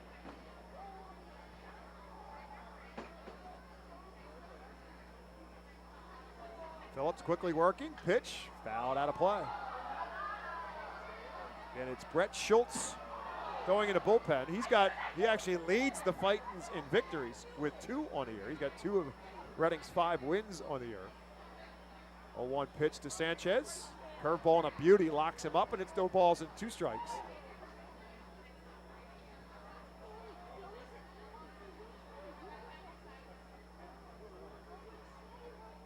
This one bounces up there. Lolo Sanchez, as he stands at the plate right at the Mendoza line at 200. And it's appropriate for the Pirates affiliate to be talking about the Mendoza line. Mario Mendoza, one-time Pittsburgh Pirate shortstop, and the man who carries the Mendoza line around. And there's a swing and a miss and another curveball that Sanchez cannot catch up to. So now he'll be below the Mendoza line when he steps to the plate next. 1, 2, 3 go the curve in the 7th. It is 7th inning stretch time in Baseball Town. The score remains Altoona nothing. The Fightin' Phils nothing. Nursing home neglect is a serious problem. If you or a loved one has suffered from bed sores obtained in a nursing home or a fall down in a nursing home resulting in a fracture, our friends at Swartz Culleton can help. Call the attorneys at Swartz Culleton for a free consultation. Their phone number is 1-800-JUSTICE. That's 1-800-587-8423. Once again, call 1-800-JUSTICE today. Swartz Culleton is a proud sponsor of the Reading Fightin' Phils. International Fireworks is the official fireworks provider of the R Phils. International Fireworks shoots every fireworks show throughout the season, including 8 Mega Blast fireworks shows. International Fireworks also provides the pregame fireworks after the national anthem at each game. International Fireworks has a nearby retail store in Douglasville, Pennsylvania, where you can purchase all of your fireworks. Visit fireworksorus.com for more information about the International Fireworks retail store in Douglasville. Thanks again to International Fireworks, the official fireworks provider of the R Phils. There's a weekend in July where the baseball world revolves around a village in upstate New York. Baseball Hall of Fame induction weekend in Cooperstown is an unforgettable experience filled with family-friendly activities and priceless moments. Make your plans today for July 21st through the 24th for the induction of Fred McGriff and Scott Rowland as the class of 2023. Visit baseballhall.org today for the entire schedule. See you in Cooperstown, where the journey becomes. McCarthy Tatum will lead it off for the Phils here in the bottom half of the 7th inning. McCarthy Tatum, Max McDowell, and Cody Roberts. That is 7, 8, and 9 in Al Padrique's lineup. And McCarthy Tatum, who's taken the ball to the wall in both sides of the field here at FirstEnergy Stadium, flew out to the wall in right field on a great leaping catch by Connor Scott the first time, and then took one to the wall in left field the last time out. Just missed the second one as well. So he hit it to both extremes with nothing to show for it. This one popped straight up in the infield. Who's going to take charge? It'll be the first baseman. Nope, it'll be eventually the shortstop, Leover Peguera, who will take control, and he will make the catch for out number 1.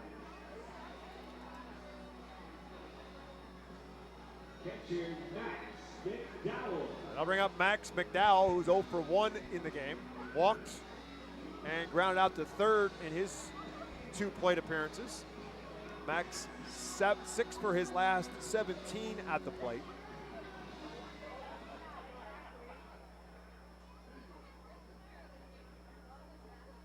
The first pitch to him is over the outside corner. Nick Demkowski in his 2nd inning of relief work of Sean Sullivan for the curve tonight. Left-handed pitcher. Deals his 0-1 pitch. Ripped into center field. Gorski broke back. Now he'll break in and he'll get the ball quite easily when it's all said and done, as Max McDowell is retired for the second out. Talking about Brian Reynolds, it'll be interesting to see how two guys who are here for the curve, Gorski and Frazier, both of them are pretty good outfielders, how that kind of signing could impact their future in terms of the Pirates organization. Gorski for sure would be a natural center fielder, very good outfielder with a very good arm. Cody Roberts now batting for the Phils, swinging at the first pitch and fouls that one out of play. Bowski quickly comes back with the 0-1 pitch that misses outside. It's 1 ball and 1 strike. Roberts 0 for 2 on the night, playing in right field tonight for the first time. Takes one outside for a ball, and it's 2 balls and a strike. I mentioned that earlier that Roberts did play 3 games last year, played in the Orioles organization, and was in Double-A Bowie last year, and played 3 games in right field for the Bay Sox. Takes this one inside, and now it's 3-1. In 73 games last year for Bowie, he caught 65, and played in right field in 3, and also was a designated hitter in his time. 3-1 pitch to him is at the letters for a called strike. Roberts started to take off towards first base. He thought it was high, but instead the count is now full.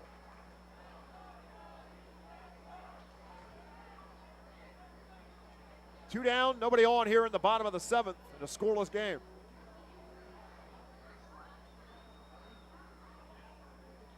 Three-two pitch, a swing and a miss, and that will do it for the Phils. They go quietly here in the 7th. 1-2-3, and we'll head to the top of the 8th. When we return to Baseball Town, we remain scoreless. Nursing home neglect is a serious problem. If you or a loved one has suffered from bed sores obtained in a nursing home or a fall down in a nursing home resulting in a fracture, our friends at Swartz Culleton can help. Call the attorneys at Swartz Culleton for a free consultation. Their phone number is 1-800-JUSTICE. That's 1-800-587-8423. Once again, call 1-800-JUSTICE today. Swartz Culleton is a proud sponsor of the Reading Fightin' Phils. Celebrate the history of our national pastime at the National Baseball Hall of Fame and Museum in Cooperstown.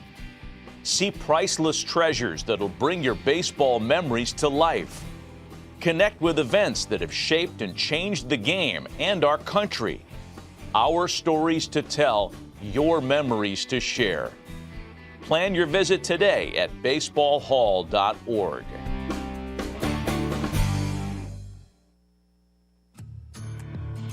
The Reading Fightin' Phils birthday package is the best way to celebrate a birthday. Whether you're a youngster or an adult, there's no better birthday than a Fightin' Phils birthday. The Fightin' Fan birthday package is customizable for fans of any age and starts at just $130. Base packages include 10 general admission tickets to a Fightin's home game, an autographed baseball, and a VIP reserved parking spot. Fans can also add a wide variety of experiences and options to make sure your favorite Fightin's fan's birthday is a grand slam.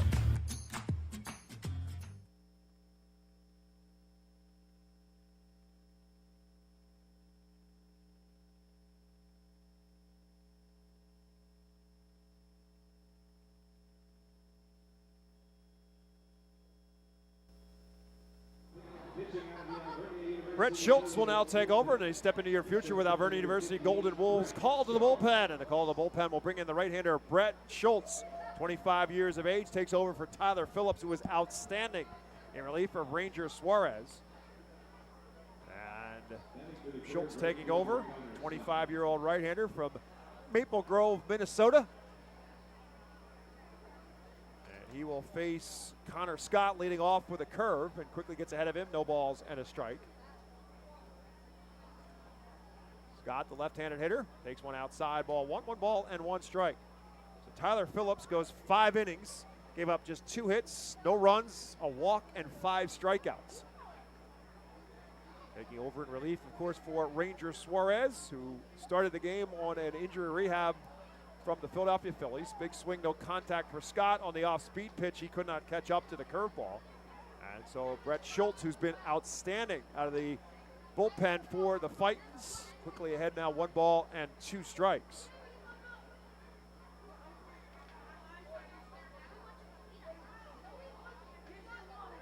Scott 0 for 2 so far on the night.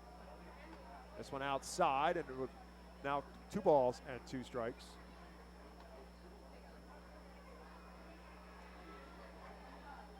Brett Schultz making his 6th appearance of the season. He's 2-1 on the year with a 4.05 earned run average. A lot of that came in the Tuesday morning game. There's a called strike 3 as Scott doesn't think so, but Brett Schultz knew he had him. He was walking off the mound and gets the strikeout. It's actually 3 straight strikeouts for Fightin's pitching going back into the 7th inning. And it's 1 down here in the 8th, and it'll bring up Andres Alvarez, who's 0 for 2 on the night.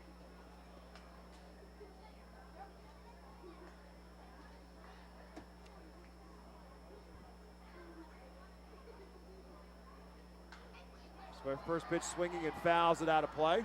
Alvarez and then Leover Peguera, the top of the order in the on-deck circle for the Curve.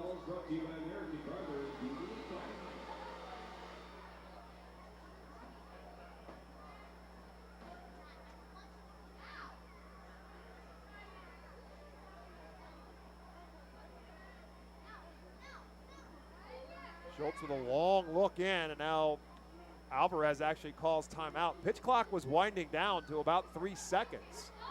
And so Alvarez may have done Schultz a favor by calling timeout. So obviously the pitch clock expires. It's a ball, it's a strike on the, it's a ball on the batter if it's on the pitcher. Right now it's no balls and a strike.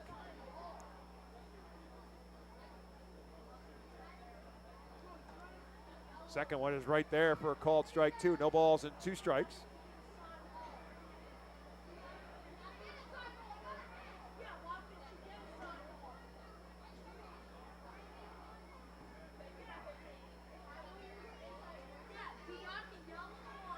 This one tapped towards third. Tough play in the hole for McCarthy Tatum. Long throw, and he overthrows Carlos De La Cruz. It will probably be a base hit for Alvarez. Now he rounded the bag, and they tug him out. So Alvarez turned left, and this is going to get an argument from Calix Crabb. The manager for the Curve is going to come out and argue the play at first. The throw over the head of De La Cruz, it bounced off the fence of the Savage 61 dugout suite back to De La Cruz. And the first base umpire, Jude Corey, said that he had made the left turn, and that makes him in play, and Carlos De La Cruz tug him out. Yeah, I mean, usually Calix Crabb continues to give it to Jude Corey. I didn't thought we might have seen Crabb toss in this game. They rolled it a base hit, and then he was out. But usually they'll be lenient with the runners, where if they drift a little bit, like as long as their first move is right, they'll give it to the runner. And the first move of Alvarez was right, but I guess Corey was saying he drifted too far left or showed, usually it's if he shows intent to go to the second. I don't think he showed any intent there to go to second. If you're the Fightin' Phils, you take it, but that's definitely an interesting one. So they'll bring up Leover Peguera, top of the order, and the first pitch to him is a ball. I said that Schultz took the loss in the first earlier in the series. I'm mistaken. That was at the end of the Portland series where he took the loss. He picked up 2 wins in the series here at home against Hartford for his 2-1 decisions on the year. So he's in a position now, 2 outs, and this one's driven into the gap in left center field. That's going to bounce off the wall. Peguera will round first base and cruise into second base. And now that mistake on the base pass by Alvarez maybe takes a run off the board as Peguera has himself a 2-out double. Yeah, that's one of those where if that mistake never happens, probably scores a run. But look, you got 2 outs in the inning. If you're Schultz, just reset yourself. Runner doesn't matter. Just focus on this hitter here and get the out. And that hitter would be Henry Davis. So now we think about the decision for Al Patrique and the Fightins. Do you maybe pitch around Henry Davis? Although Domingo Leyba, who's their top hitter, is in the on-deck circle. The first pitch to him is a beauty and a curveball. And a strike 1 to Davis. Davis struck out twice and singled in his 3 plate appearances so far tonight. And Davis leads him in home runs with 5, RBIs with 12. Peguera takes his lead off a second. 2 down here in the top of the 8th. A 1 pitch is outside.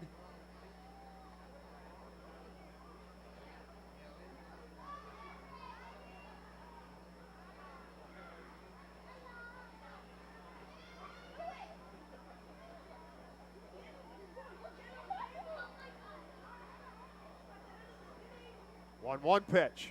There, nope, just a little bit low, and it's 2-1. Feeding Davis a pretty steady diet of curveballs right now.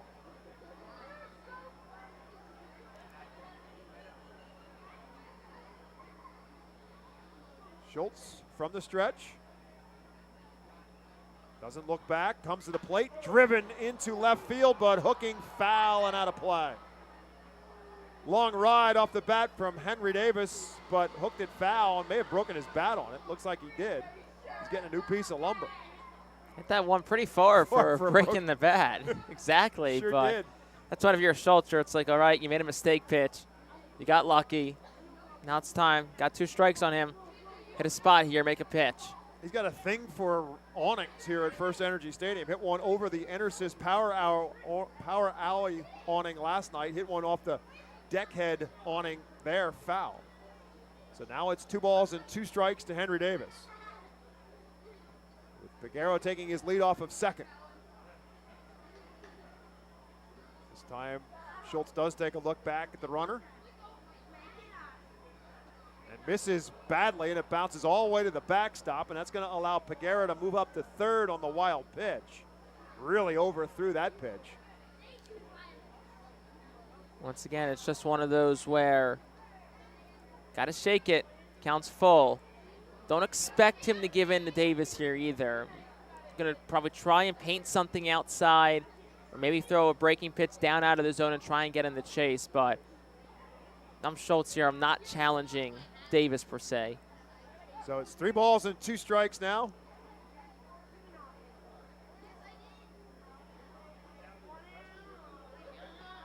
And he misses outside, ball 4. And Davis knew right away it was ball 4. Flipped the bat before the ball was even into the mid of Max McDowell. And now you got runners in the corners, 2 outs. Would not shock me if Davis goes here.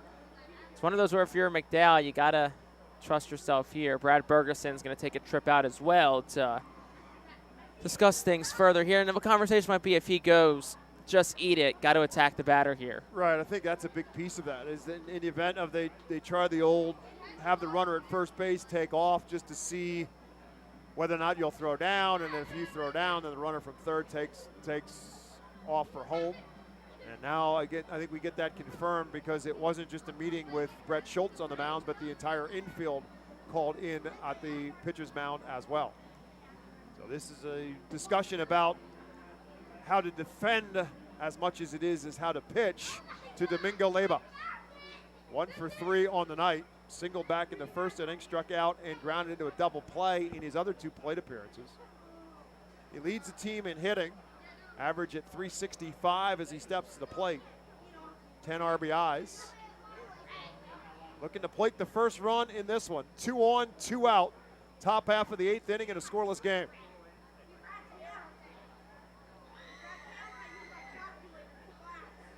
Schultz delivers with the curveball that's down and low. Not a bad first pitch, missed just a bit in. So you got a base open, so you don't have to give in. Got an 0 for 3 Gorski on deck.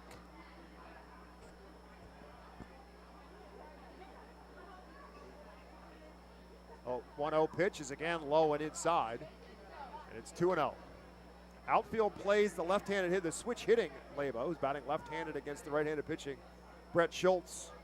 Rojas in center field, Ethan Wilson in left field, shading much as if he were a right-handed pull hitter. They're playing him away. 2-0 pitch, a feeble swing that time by Leyba. Fooled badly, thinking he was going to get a fastball 2-0 and got a hook. And now it's 2-1. Yeah, throws you 2 straight hooks. You're thinking fastball. Credit to Schultz. Pitches a bit backwards, pulls the string out under Leyba. See if he goes back to it again or maybe tries to challenge him here with the fastball. Runners at the corner, 2 down. 2-1 pitch.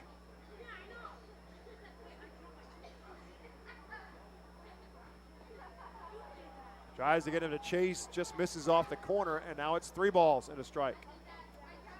Good at bat here by Domingo Leyba, showing patience.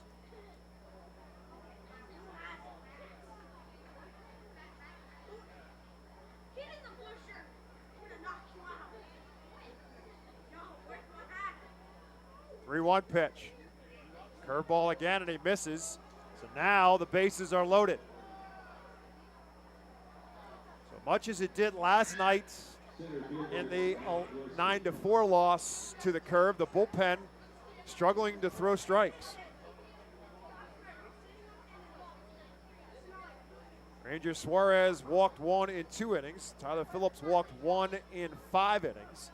Brett Schultz has walked 2 in this inning so far, coupled with the double by Peguero. So the bases are now loaded at 2 outs for Matt Gorski.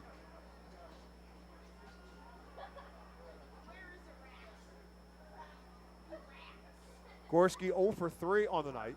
3 ground ball outs in the infield. 2 to short, 1 to third. First pitch, big swing, stepped in the bucket and missed it badly, and it's no balls and a strike. Yeah, when outside of it, you saw Gorski trying to go pull heavy there like he has all night. Pitch outside, just a bit around it.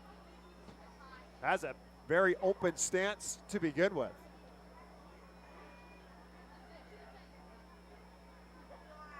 Big swing and a miss at the curveball. Could not time it up, and now Schultz is a pitch away from getting out of this. See if you go back to the curveball here. You've done a ton of them so far. You've stuck to off speed here. Or do you try and blow a fastball by him? I stick with the curveball, but we'll see what Schultz and McDowell agree on. Bases loaded, 2 down. 0-2 pitch coming. Tries to get him to chase outside. He does not. It's 1 ball and 2 strikes. That looked like more slider than curve from Schultz.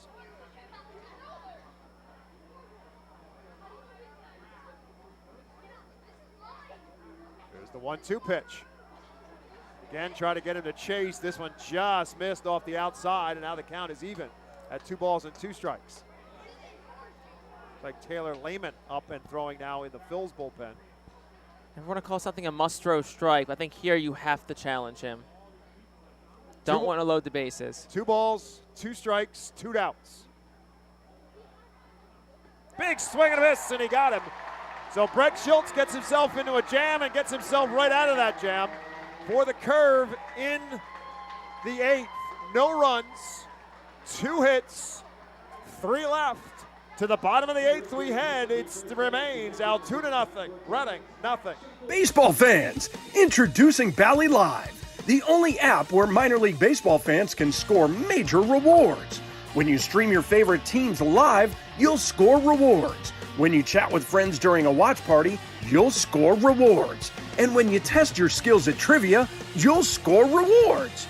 Being a fan of minor leagues has never been so rewarding. So what are you waiting for? Download Bally Live for free from the app or Play Store and start scoring rewards today. Berks Immunization Coalition works to provide leadership and education in promoting age-appropriate immunization across the lifespan for all residents of Berks County. This is a coalition comprised of local physicians, nurse practitioners, school nurses, immunization coordinators, immunization advocates, and pharmaceutical representatives working to encourage continuity of immunization through medical resources. They focus on educating both the community and the providers. For more information, please visit www.immunizeba.org and click Local Coalitions. Baseball Town Charities is a nonprofit 501c3 charitable organization founded to keep baseball alive in Reading. Youngsters can benefit from the many life lessons the game can offer. Baseball Town Charities currently supports kids and adults with mental and physical disabilities through the Baseball Dream League. Baseball Town Charities also supports inner-city baseball development through the Rip It for Life program, which provides growth both on and off the baseball field. For more information, please visit baseballtown.org. Step into your future with Alverna University Golden Wolves' call to the bullpen. And the call to the bullpen now for the Altoona Curve as the Reading Keystones come to the plate here in the bottom half of the 8th inning. We'll bring in Tyler Samaniego, left-handed pitcher, 6'4", 205-pounder, 24 years of age, originally from Huntsville, Alabama. Will face the top of the order at Johan Rojas for the Reading Keystones. In a 0-0 tie, Rojas 1 for 3 on the night, and he just got, I don't know if I wasn't sure if the foul ball hit him or if he just kind of stumbled at the batter's box, but he kind of hobbled himself a little bit, and he's got himself in a 1-ball-and-1-strike count. Lefty delivers, misses outside, and it's 2-1. Samaniego played his college baseball at South Alabama, was a 15th round draft pick of the Pittsburgh Pirates in 2021. 2-1 pitch from him, lifted into a shallow right field, going to be a long run for somebody, and eventually Connor Scott will get to the foul line and make the catch for out number 1. Great play by Connor Scott, too. That one was long run for him, but hit high enough where he was able to get to it and secure it for the first out. But got Dunn, who's got a couple hits tonight. See if he can set the table. Feast or famine for Oliver Dunn. A couple of seeing eye base hits and a strikeout in his 3 plate appearances. Has that batting average back up over 300 with that 2-for-3 night. And the first pitch to him, lefty on lefty, is over for a called strike. Samaniego began the season last year at Greensboro, pitched 14 games for the Grasshoppers, and then moved up to Altoona, pitched 24 games, all in relief for the Curve. 3-3 with a 3.52 earned run average in Altoona. 1 ball, 1 strike to Dunn. Pitch is way outside. It's 2 balls and a strike.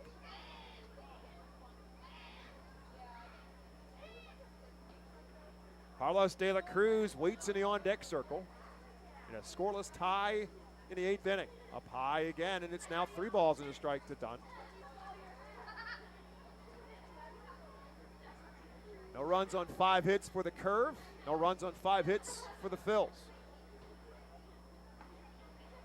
Ball 4. So Dunn, a base runner for the 3rd time. That'll bring up the aforementioned Carlos De La Cruz. Well, here's an opportunity here for De La Cruz to put one over the fence. Or just try and get on base here. I think Al Padrique would be happy if he hit one off the fence. Anything. Anything. Get somebody moving around the bases. Got speed. Rojas let off, didn't even fly out, then Dunn walked. So De La Cruz talked to him today. He said, I need one. I need one hard off the bat. I said, he had a couple hard ones last night. He goes, I know, but I need one. Need one to find a gap. I need one to get down. Well, Carlos, here's your chance. Time to get one down. 0 for 2 so far tonight. Walked in the first, hit him a double play, and flew out in his other two plate appearances. First pitch to him, big swing. He was thinking about it, but he comes up empty.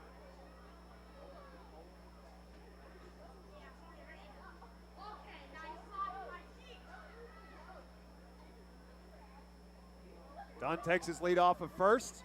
Pitch, foul back. Screamer into the stands. And ahs from the crowd as that one was buzzing past them all.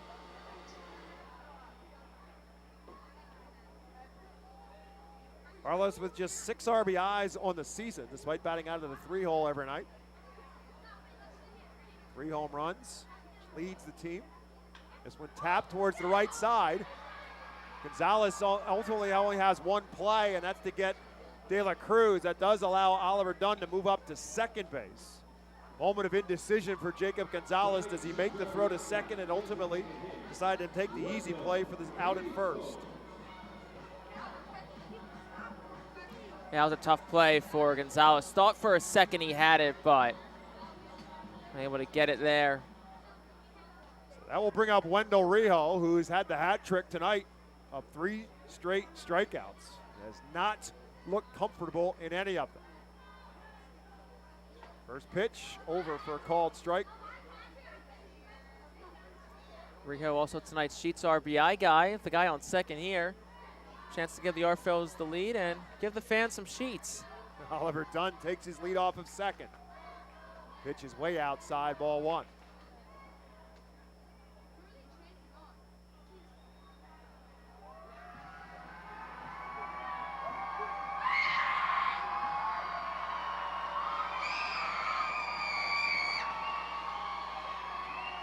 Samaniego comes with a pitch. Big swing and no contact. And now 1 ball and 2 strikes to Wendell Rijo.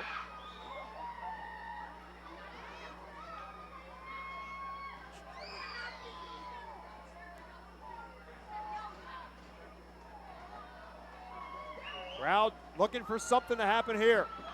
Last tap to the right side and through for a base hit. Oliver Dunn coming around to throw to the plate will not be in time, and the Fightin' Phils get the first run on an RBI single from Wendell Rijo. There it is. Wendell Rijo, 3 strikeouts tonight. Chance to be the hero. He won't remember any of them, Jake, if that one holds up, as he gets his 7th RBI of this season.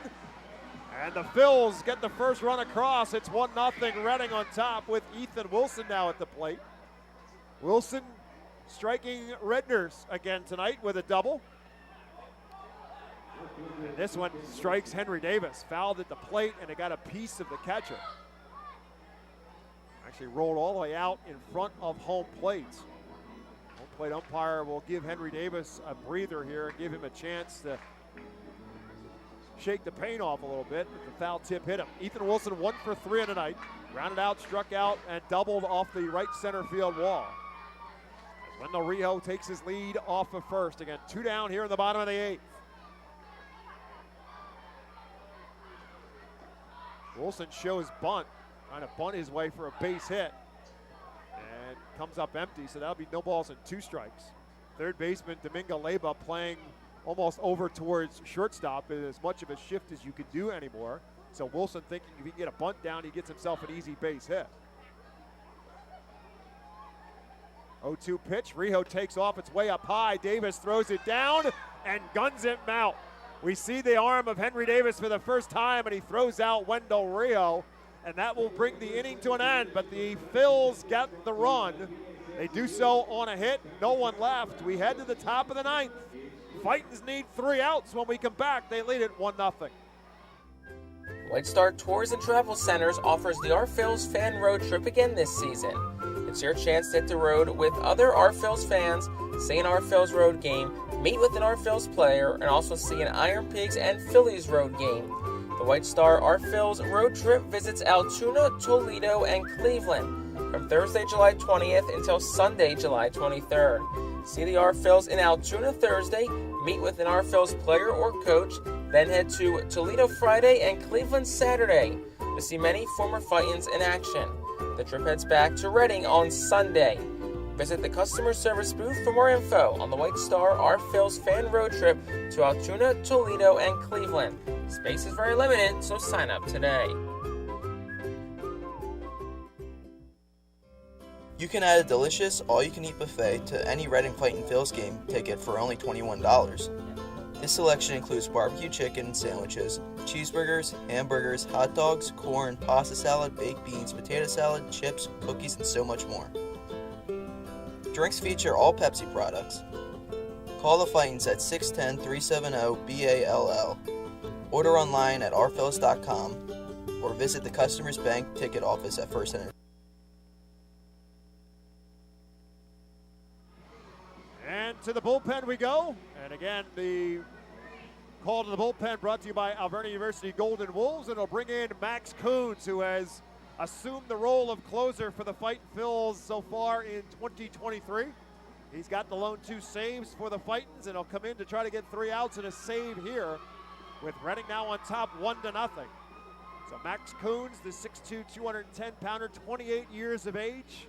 Got a chance to talk to Max in our Mike Sandwich Shop pregame show last week in the Hartford series, and what a great story he is. Originally signed by the New York Mets in 2016. Had arm surgery, thought his career was done, lost all the velocity, then was working out, so started working on his master's degree all the way through COVID, and all of a sudden he was working out with some younger kids, and all of a sudden the velocity started to pick back up. He ultimately got signed by the Phillies after playing 2 years of independent baseball in Sioux City, Iowa. And here he is in Reading, Pennsylvania, trying to pick up a save for the Fightins in a 1-0 game as we go to the 9th inning. It'll be Mason Martin, first one to face him, and Coons starts him with a fastball for a called strike 1. Martin 0 for 1 on the night, walked a couple of times. A 1 pitch, misses outside, ball 1. 1 ball and 1 strike. Then the base hit, the RBI by Wendell Rijo, right now the difference on the scoreboard. And Coons trying to make it stand up. Mason Martin, Jacob Gonzalez, and Lolo Sanchez due up for the curve. 1-1 pitch is a bit low, and it's 2 balls and a strike.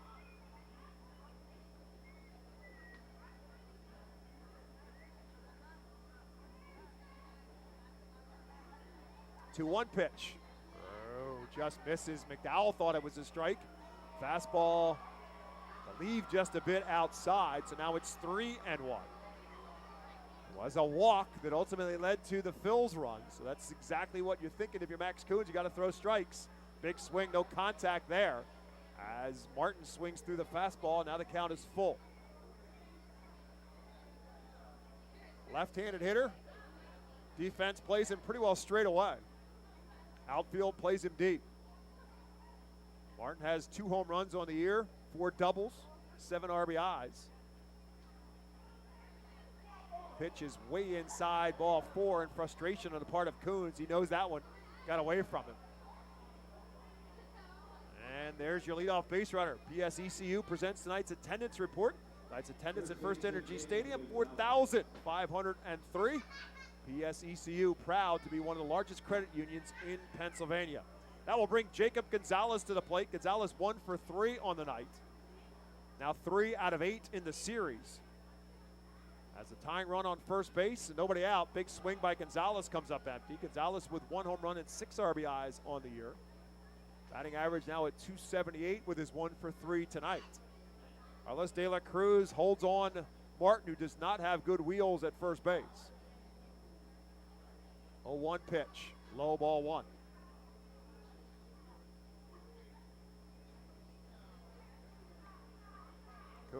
Max Coons signed by the Phils as a free agent in 2023 after being in independent baseball for the last 2 years. 1-1 pitch by him. Over at the knees for a called strike 2. 1 ball and 2 strikes. So the same pitch that Max McDowell wanted when Mason Martin was batting is the pitch that Jacob Gonzalez now takes a step out of the batter's box and calls timeout because he doesn't think was a strike. But this one it is, and it's 1 ball and 2 strikes.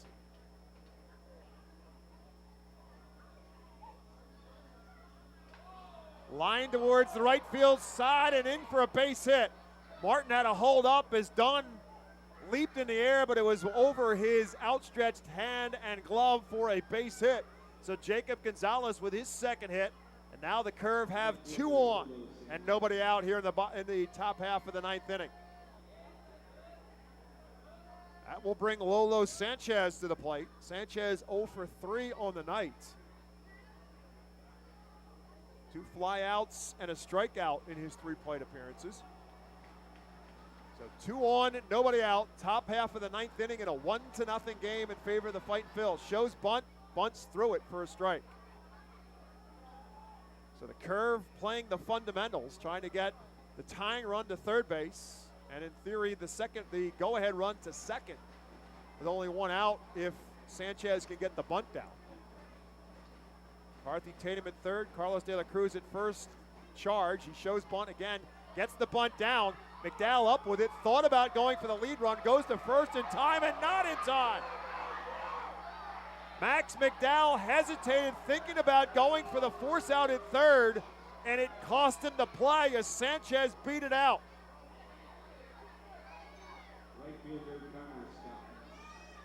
So now the bases are loaded. We're going to get a pinch runner for the Curve at second base. Matt Frazier will come on now for Gonzalez to pinch run, as he represents the go-ahead run. So Sanchez safe at first. That goes a base hit for Sanchez. So now the bases are loaded and nobody out. The Phils will bring the infield up for Connor Scott, try to cut down that tying run. Top of the 9th, bases loaded, nobody out. Taylor Lehman gets back up and starts to begin to throw again in the Fightin's bullpen. As Max Coons has got himself in a jam.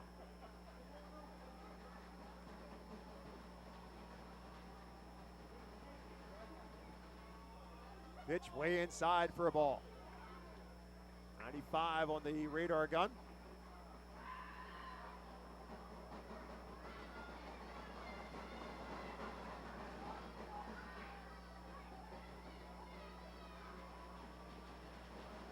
Coons back with his 1-0 pitch. Hopped into left field. Ethan Wilson has to backtrack, makes the catch, runner will tag from third and come home, and we are tied.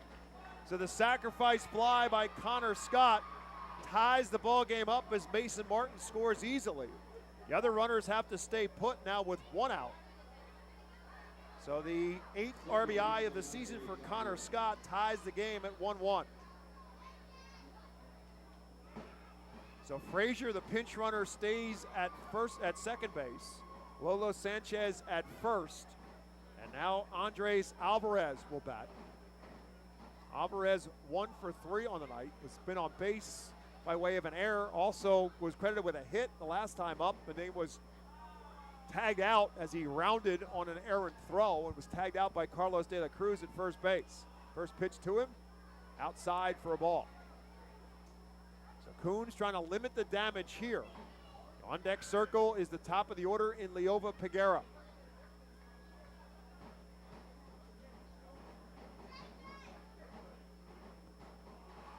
One 0 pitch, big swing, no contact from Alvarez. On the 96-mile-an-hour fastball from Max Coons. Count now even at 1-1. Field back for the Phils, looking to hope to get a double play and get out of this. Alvarez has good wheels, however. Misses outside, it's 2-1. Coons has just missed outside on several pitches.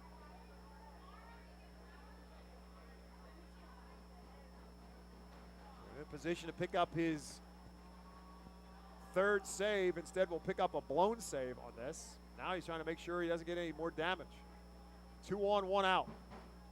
Big swing, no contact there from Alvarez as he chases one outside the strike zone. Now the count is 2-2. Lehman continues to throw in the Phil's bullpen. Activity now in the curve bullpen as well, as they'll now be a bottom of the 9th. Pitch to the plate, tries to get him to chase low. He does not. Now the count is 3 balls and 2 strikes to Andres Alvarez.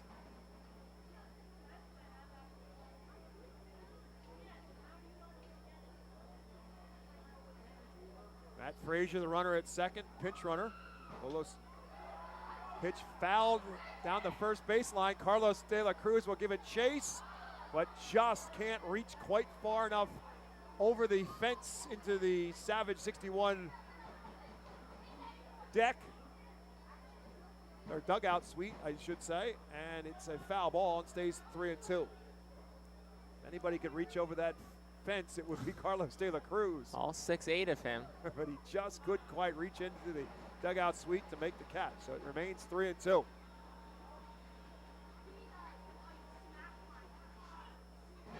Ball 4. So Coons walks a second batter now in the inning. And again, the bases are loaded. Here comes Brad Bergeson out as Taylor Lehman continues to throw. Definitely uncharacteristic of Coons, who's had really good command all year long. Coons came into tonight as one of the top guys in the back end of the Phil's bullpen. Just 2 walks to 7 strikeouts before tonight. Pinaj Thomas is the man up in the bullpen for the curve, but as I say that, he just sat down and put a sweatshirt on. So he's either warmed up and ready to go. Somebody's got to pitch the 9th inning. Or they change their mind. Regardless of what happens. I guess they could leave Samaniego back, let him go back out there. So the top of the order now, and Leova Peguera to the plate with the bases loaded and still only 1 out. Now the Phils will bring the infield up to try to cut down that go-ahead run. Peguera 1 for 4 tonight with a double. Great play by Max McDowell on a pitch way out of the strike zone.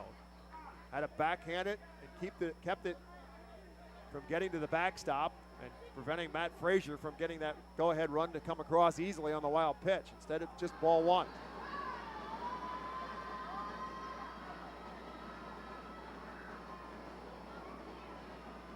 Pitch. Big swing, no contact from Peguera. I think if you're Coons, you just got to challenge these guys. You got nowhere to put them. You know, either need a strikeout or something in play that's a ground ball or a shallow fly out. Count even now at 1 ball and 1 strike. Right there for a called strike 2.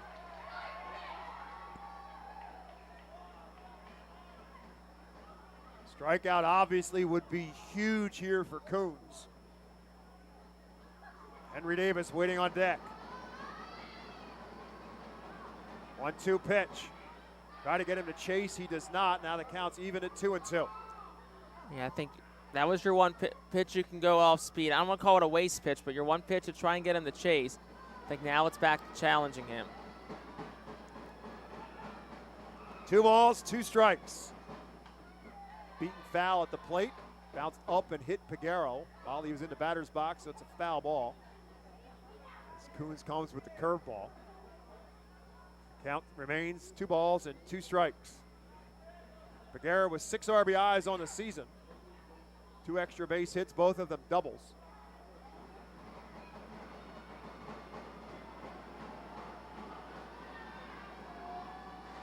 Coons delivers his 2-2.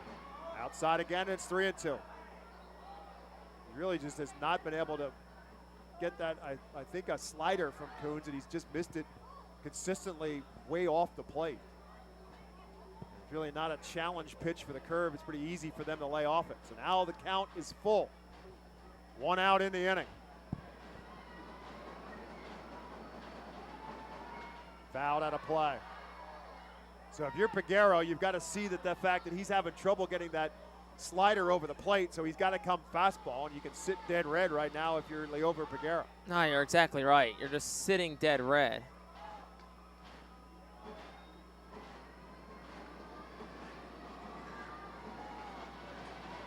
Back with a 3-2 pitch again. Got him for a called strike 3. Huge out for Max Coons on a called looking. 2 down in the inning. Well, if you're looking for drama, you're looking for one of the best players in MILB. Here you go. You got Henry Davis, top prospect. Journeyman Max Coons with bases loaded, 2 outs, top of the 9th in a tie game. Yeah, talk about 2 polar opposite careers to this point in time. Davis 1 for 3 on the day. First pitch to him, takes outside for a ball.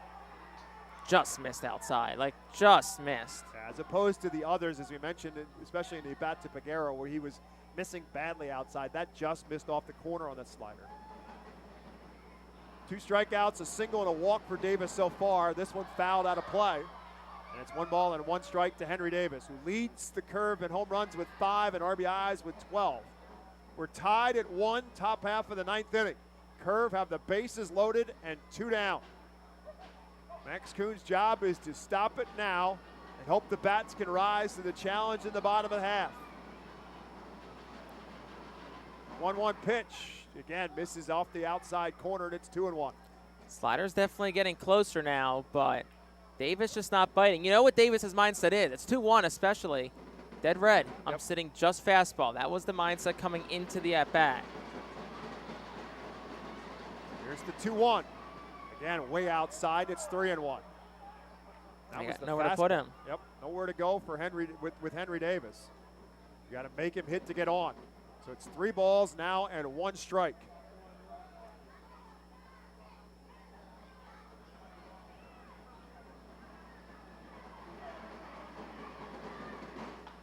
Driven deep and hooked foul again. That one off the pavilion. It covers the buffet. Again, I'm telling you, he's hit every awning in this place, I think. Everything. Well, runners will be off here. 3-2, 2 outs.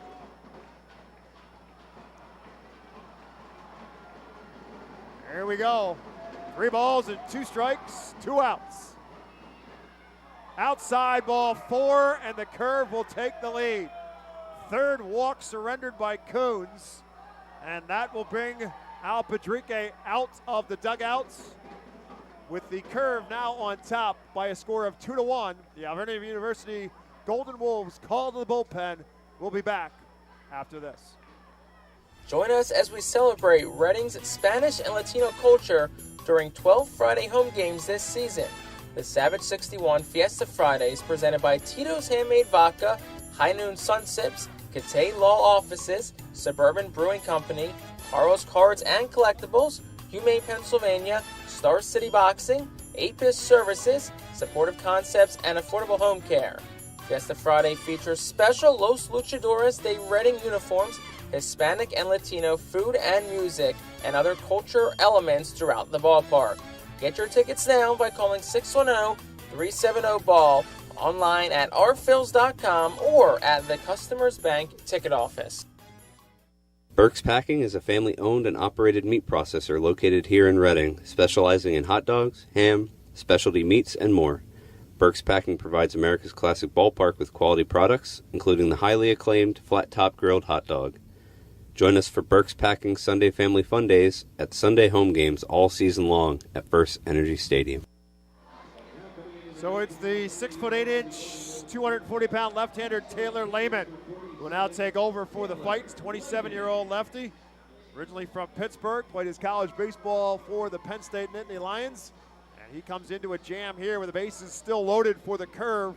2 runs in for Altoona. They've taken the lead now at 2-1.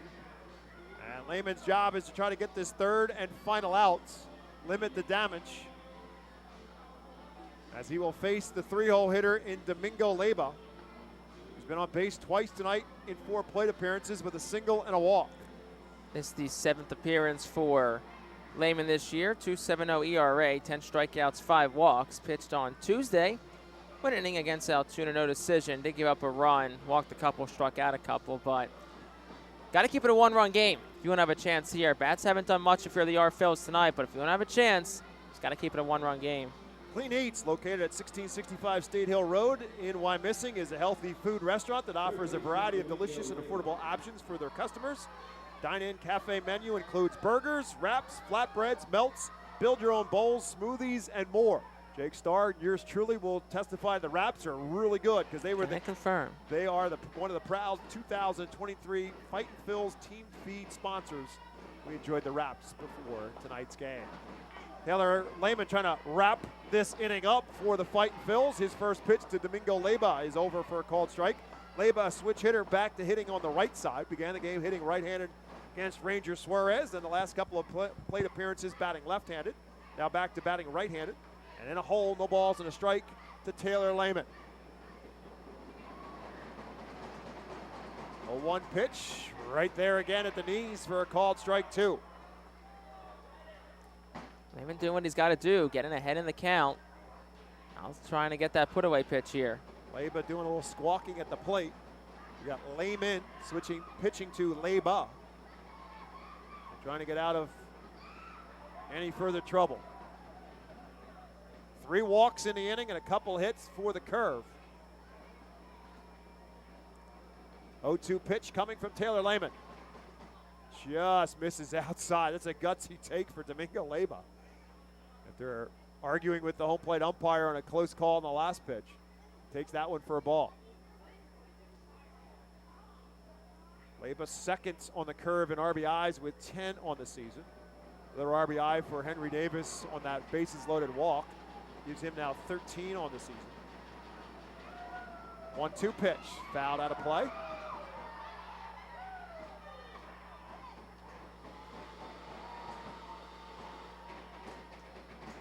Get fireworks on tap Friday night and Saturday night. Tickets available. Call 610-370-BALL or order online at rphils.com. 1 ball and 2 strikes. Lehman takes a look back, comes to the plate, fouled again. Leyba may have gotten that one off the foot. Takes a little stroll down the first baseline, grimacing as he does so. 2-2-1 right now, bases loaded, but you always wonder how much different would this game have been if that call at first last inning never happens. Them turning towards second. Andres Alvarez beat a throw to first base that was high and bounced off the fence. And according to the first base umpire, turned and Carlos De La Cruz tugged him out. And then Peguera followed with a double that could have scored him a run there. Curve have 2 across here. Pitch tapped down the third baseline. Going to be a tough play. McCarthy Tatum has no play. It'll be an infield single, and another run will come across for the curve. They now lead it 3-1. Yeah, baseball is one of those games where you'll Dry balls to the gaps and get nothing out of it. Then you'll hit a 60-foot ground ball in the infield, and it'll be a base hit. Label will take it. He'll get another RBI out of it. The Curve now lead it 3-1. Bases remain loaded. Alvarez now at third. Henry Davis moves up to second with Leyba at first for Matt Gorski. Gorski sporting an 0 for 4 as he steps to the plate. First pitch to him bounces up there. Another nice play by McDowell to make sure it stays put, and so do the runners.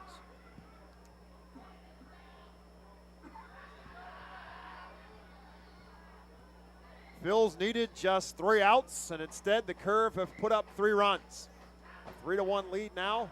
Still bases loaded and 2 outs here in the top of the 9th, as Altoona has batted around. Gorski, the 9th batter to the plate, takes one for a called strike 1. Now it's 1 ball and 1 strike. They've been trying to escape this jam, keep it a 2-run game.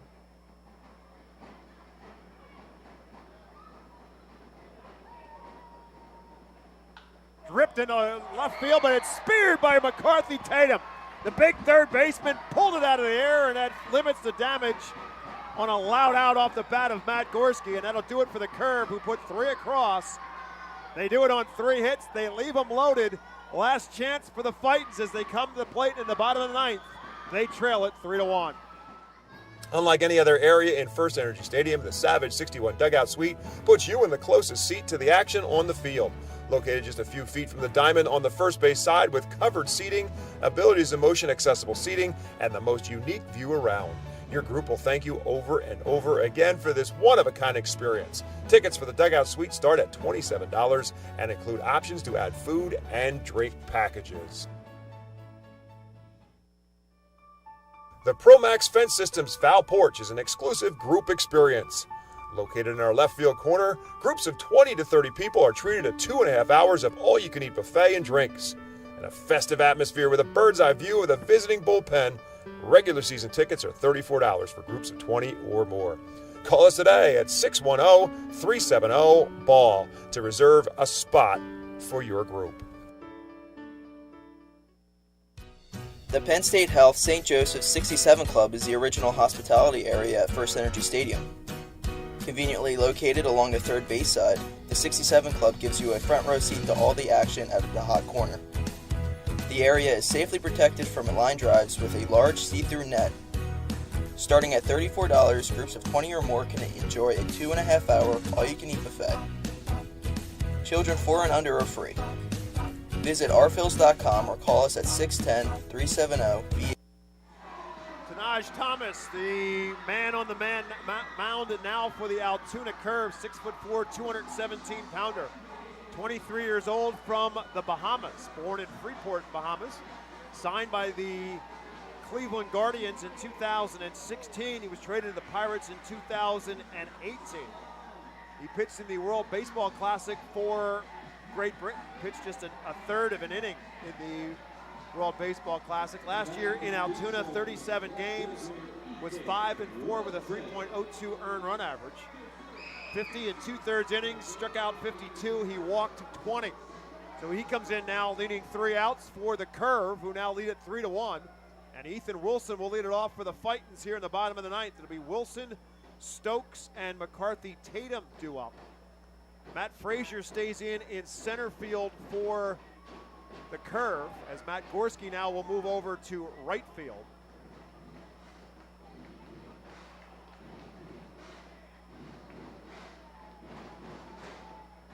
One-0 pitch from Thomas after he misses on the first one way outside to Ethan Wilson. Misses way outside again, and it's 2-0. That quickly, Henry Davis will come out and have a conversation with his pitcher. That's exactly what got the Phils in trouble in the 9th, was a leadoff walk. Ultimately, 3 walks in the inning and 3 hits for the Curve in that 9th.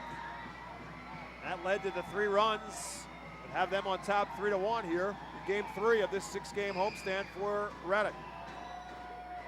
Thomas making his 7th appearance for the Curve. He's pitched a total of 6 innings in these 6 appearances. 3 walks and 3 strikeouts. He's behind Ethan Wilson, 2 balls and no strikes. Wilson 1 for 3 on the night with a double. 2-0 pitch.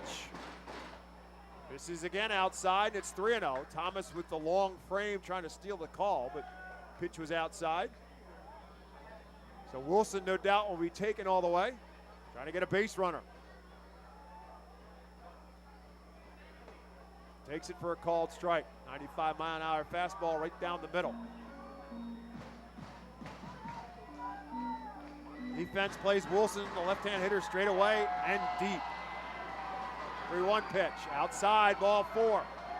So Ethan Wilson trying to do to the curve what the curve did to the Phils. Here in the bottom half of the 9th inning, we'll bring up Madison Stokes as he'll represent now the tying run as he steps to the plate here in the bottom half of the 9th inning. Stokes 1 out of 3 on the night with a single back in the 2nd inning.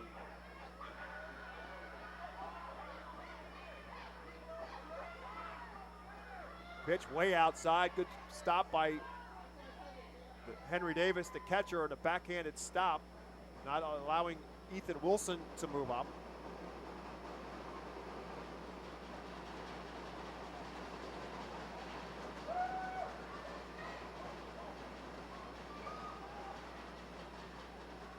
One-0 pitch, way outside, ball 2. Mentioned during that long 9th inning that Thomas was up and then very uncharacteristically actually sat down and put a sweatshirt on.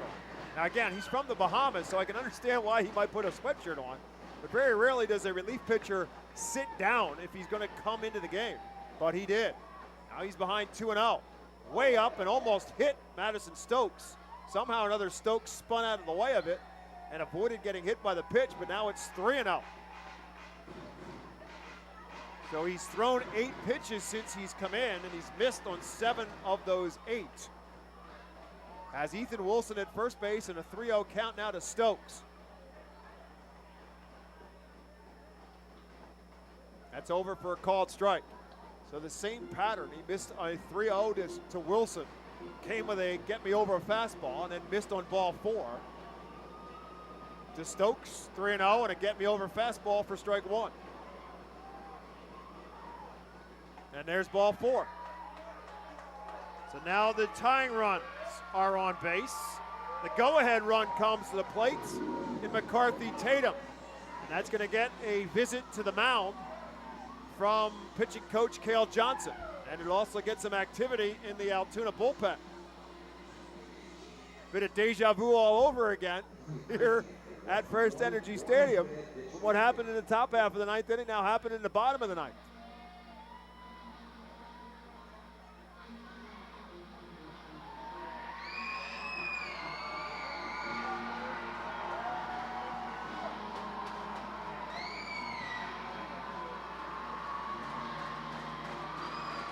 Nobody has begun to throw in Altoona's bullpen, but there's some scurrying going on as McCarthy Tatum now will step to the plate. McCarthy 0 for 3 on the night. Drove one to the wall in right, drove one to the wall in left, and then popped up in the infield in his 3 plate appearances. McCarthy with a nice defensive play that limited any more damage by the curve to end the top half of the 9th inning. First pitch to him, over for a called strike.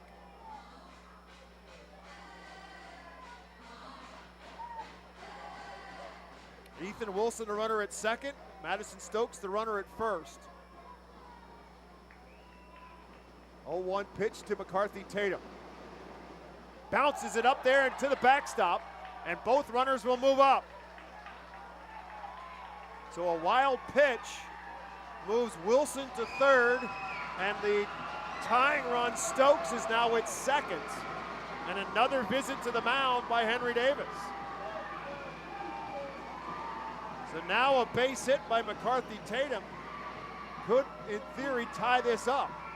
Got a great arm in right field in Matt Gorski. And a very good defensive player in center in Frazier. McCarthy Tatum, 6 RBIs on the season. 1-1 pitch. Big swing at a high fastball and couldn't catch up to it. And Now he's behind 1 ball and 2 strikes. They have chased that one out of the zone. McCarthy now 2 for his last 20.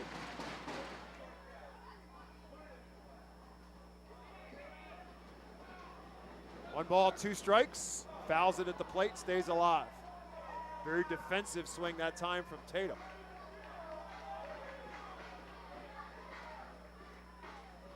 Max McDowell waits in the on-deck circle for the Fightins. 2 on, nobody out. Tapped foul and out of play. Tatum stays alive.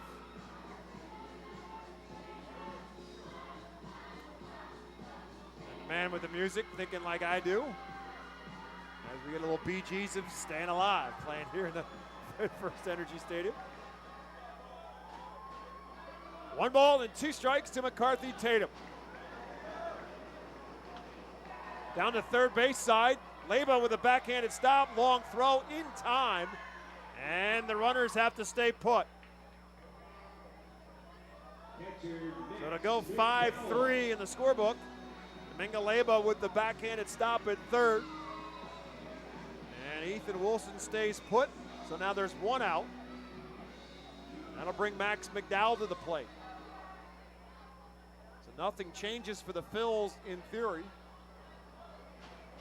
Good base runners in Wilson and Stokes on board for McDowell.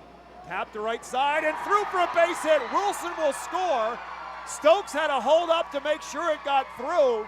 So he'll get the third, and now it's a 3-2 game. Still only 1 out. Base hit and an RBI for Max McDowell as Ethan Wilson comes across with run number 2. And now runners at the corners and 1 out for Cody Roberts. RBI number 6 on the season for Max McDowell.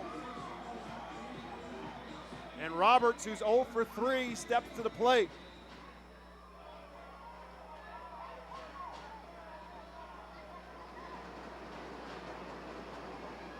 Way outside, a good play again by Davis. If that gets by him, game is tied. Madison Stokes, the runner at third. Max McDowell, the runner at first. 1 ball and no strikes to Cody Roberts.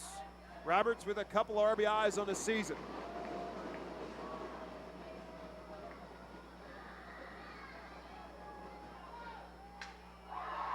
Fisted towards short. Stokes wandered off the bag. They throw back and they got him. It'll be a double play and it will end the game. A broken back, humpback line drive right to the shortstop, Leova Peguera. And Madison Stokes had wandered too far off of third base.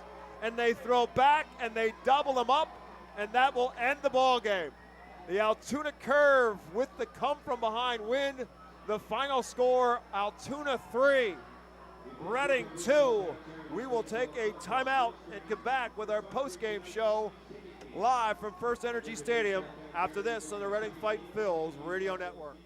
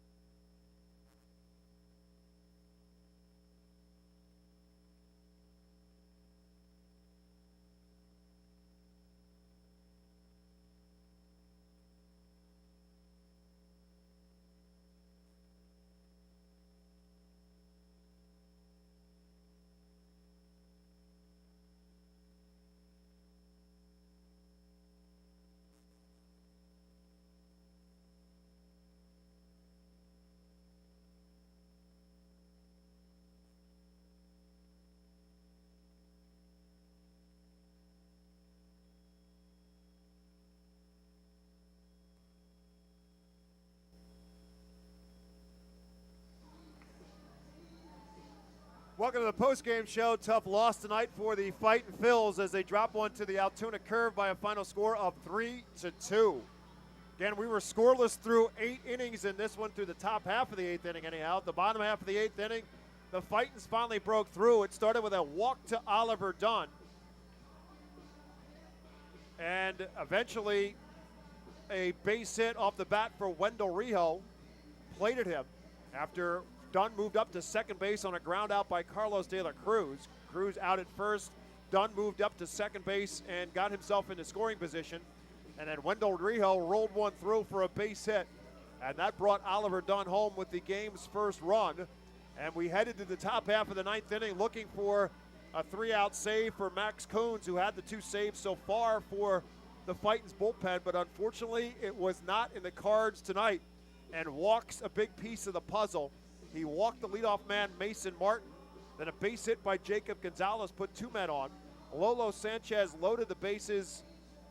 And then a sacrifice fly by Connor Scott drove home the first run, tied the game up at 1-1. Then a walk to Andres Alvarez reloaded the bases. Coons looked like maybe he could get out of it by striking out Leover Peguero to get the second out of the inning. But then Henry Davis stepped to the plate and he drew a walk that brought home the lead run at 2-1. And then an infield single from Domingo Leyba brought home the third run. And eventually a call to the bullpen that brought Taylor Lehman in. And Taylor Lehman was able to get Matt Gorski to line out to end the inning, but not before the Curve put 3 runs across, but they did it on 3 hits and 3 walks in the inning. And so it was a 3-1 game as we headed to the bottom half of the 9th inning. And the Phils tried to get one back the same way, with Ethan Wilson leading off with a walk and Madison Stokes following up with a walk as well. 2 on and nobody out. McCarthy Tatum grounds out for the first out, but Max McDowell rolled one through for a base hit to get home a run.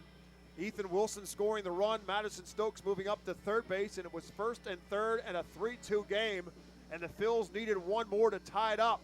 Cody Roberts, the hitter, a broken back, humpback line drive to shortstop, and Leover Peguero made the catch, and Madison Stokes had wandered too far off of third base. They throw it back to third, and Stokes is doubled up. So the mistake on the base pass ends the game with the Phils having the tying run 90 feet away, and unfortunately, and the top of the order coming up in Johan Rojas, but they double up Madison Stokes, and that ends the game, and the Phils drop one here in Game 3 of this 6-game homestand. Taylor Seminego gets the win in relief for the Curve. Max Coons takes the loss for the Fightins. Tanaj Thomas, who pitched that bottom half of the 9th inning for the Curve, gets the save for Altoona. The Curve now go to 9-8 on the season, and the Phils now fall to 5-13 on this 2023 season. Time of the game tonight, 2 hours and 38 minutes. 4,503 watching baseball here in Baseball Town. Don't forget, tomorrow night, first nights of fireworks scheduled for the season. 6:45 is the scheduled first pitch, as Los Luchadores will be on the field tomorrow night. And we will have fireworks for you. 6:45 again is first pitch. Tompkins Plaza opens up at 5 o'clock. Join Jake Starr and yours truly out on the plaza for our pregame show. Again, the plaza opens up at 5. The seating bowl opens up at 6 o'clock. And fireworks on the schedule for both Friday night and Saturday night here at FirstEnergy Stadium. Again, that will do it for tonight's game. For my colleague in the booth, Jake Starr, my name is Bob McCool. As always, thank you for listening and watching Reading Fightin' Phils baseball on MILB TV and on the Reading Fightin' Phils radio network. Hope you'll do so again tomorrow night. Better yet, we'd love to see you at the ballpark. Have a great night, everyone, and thank you for listening.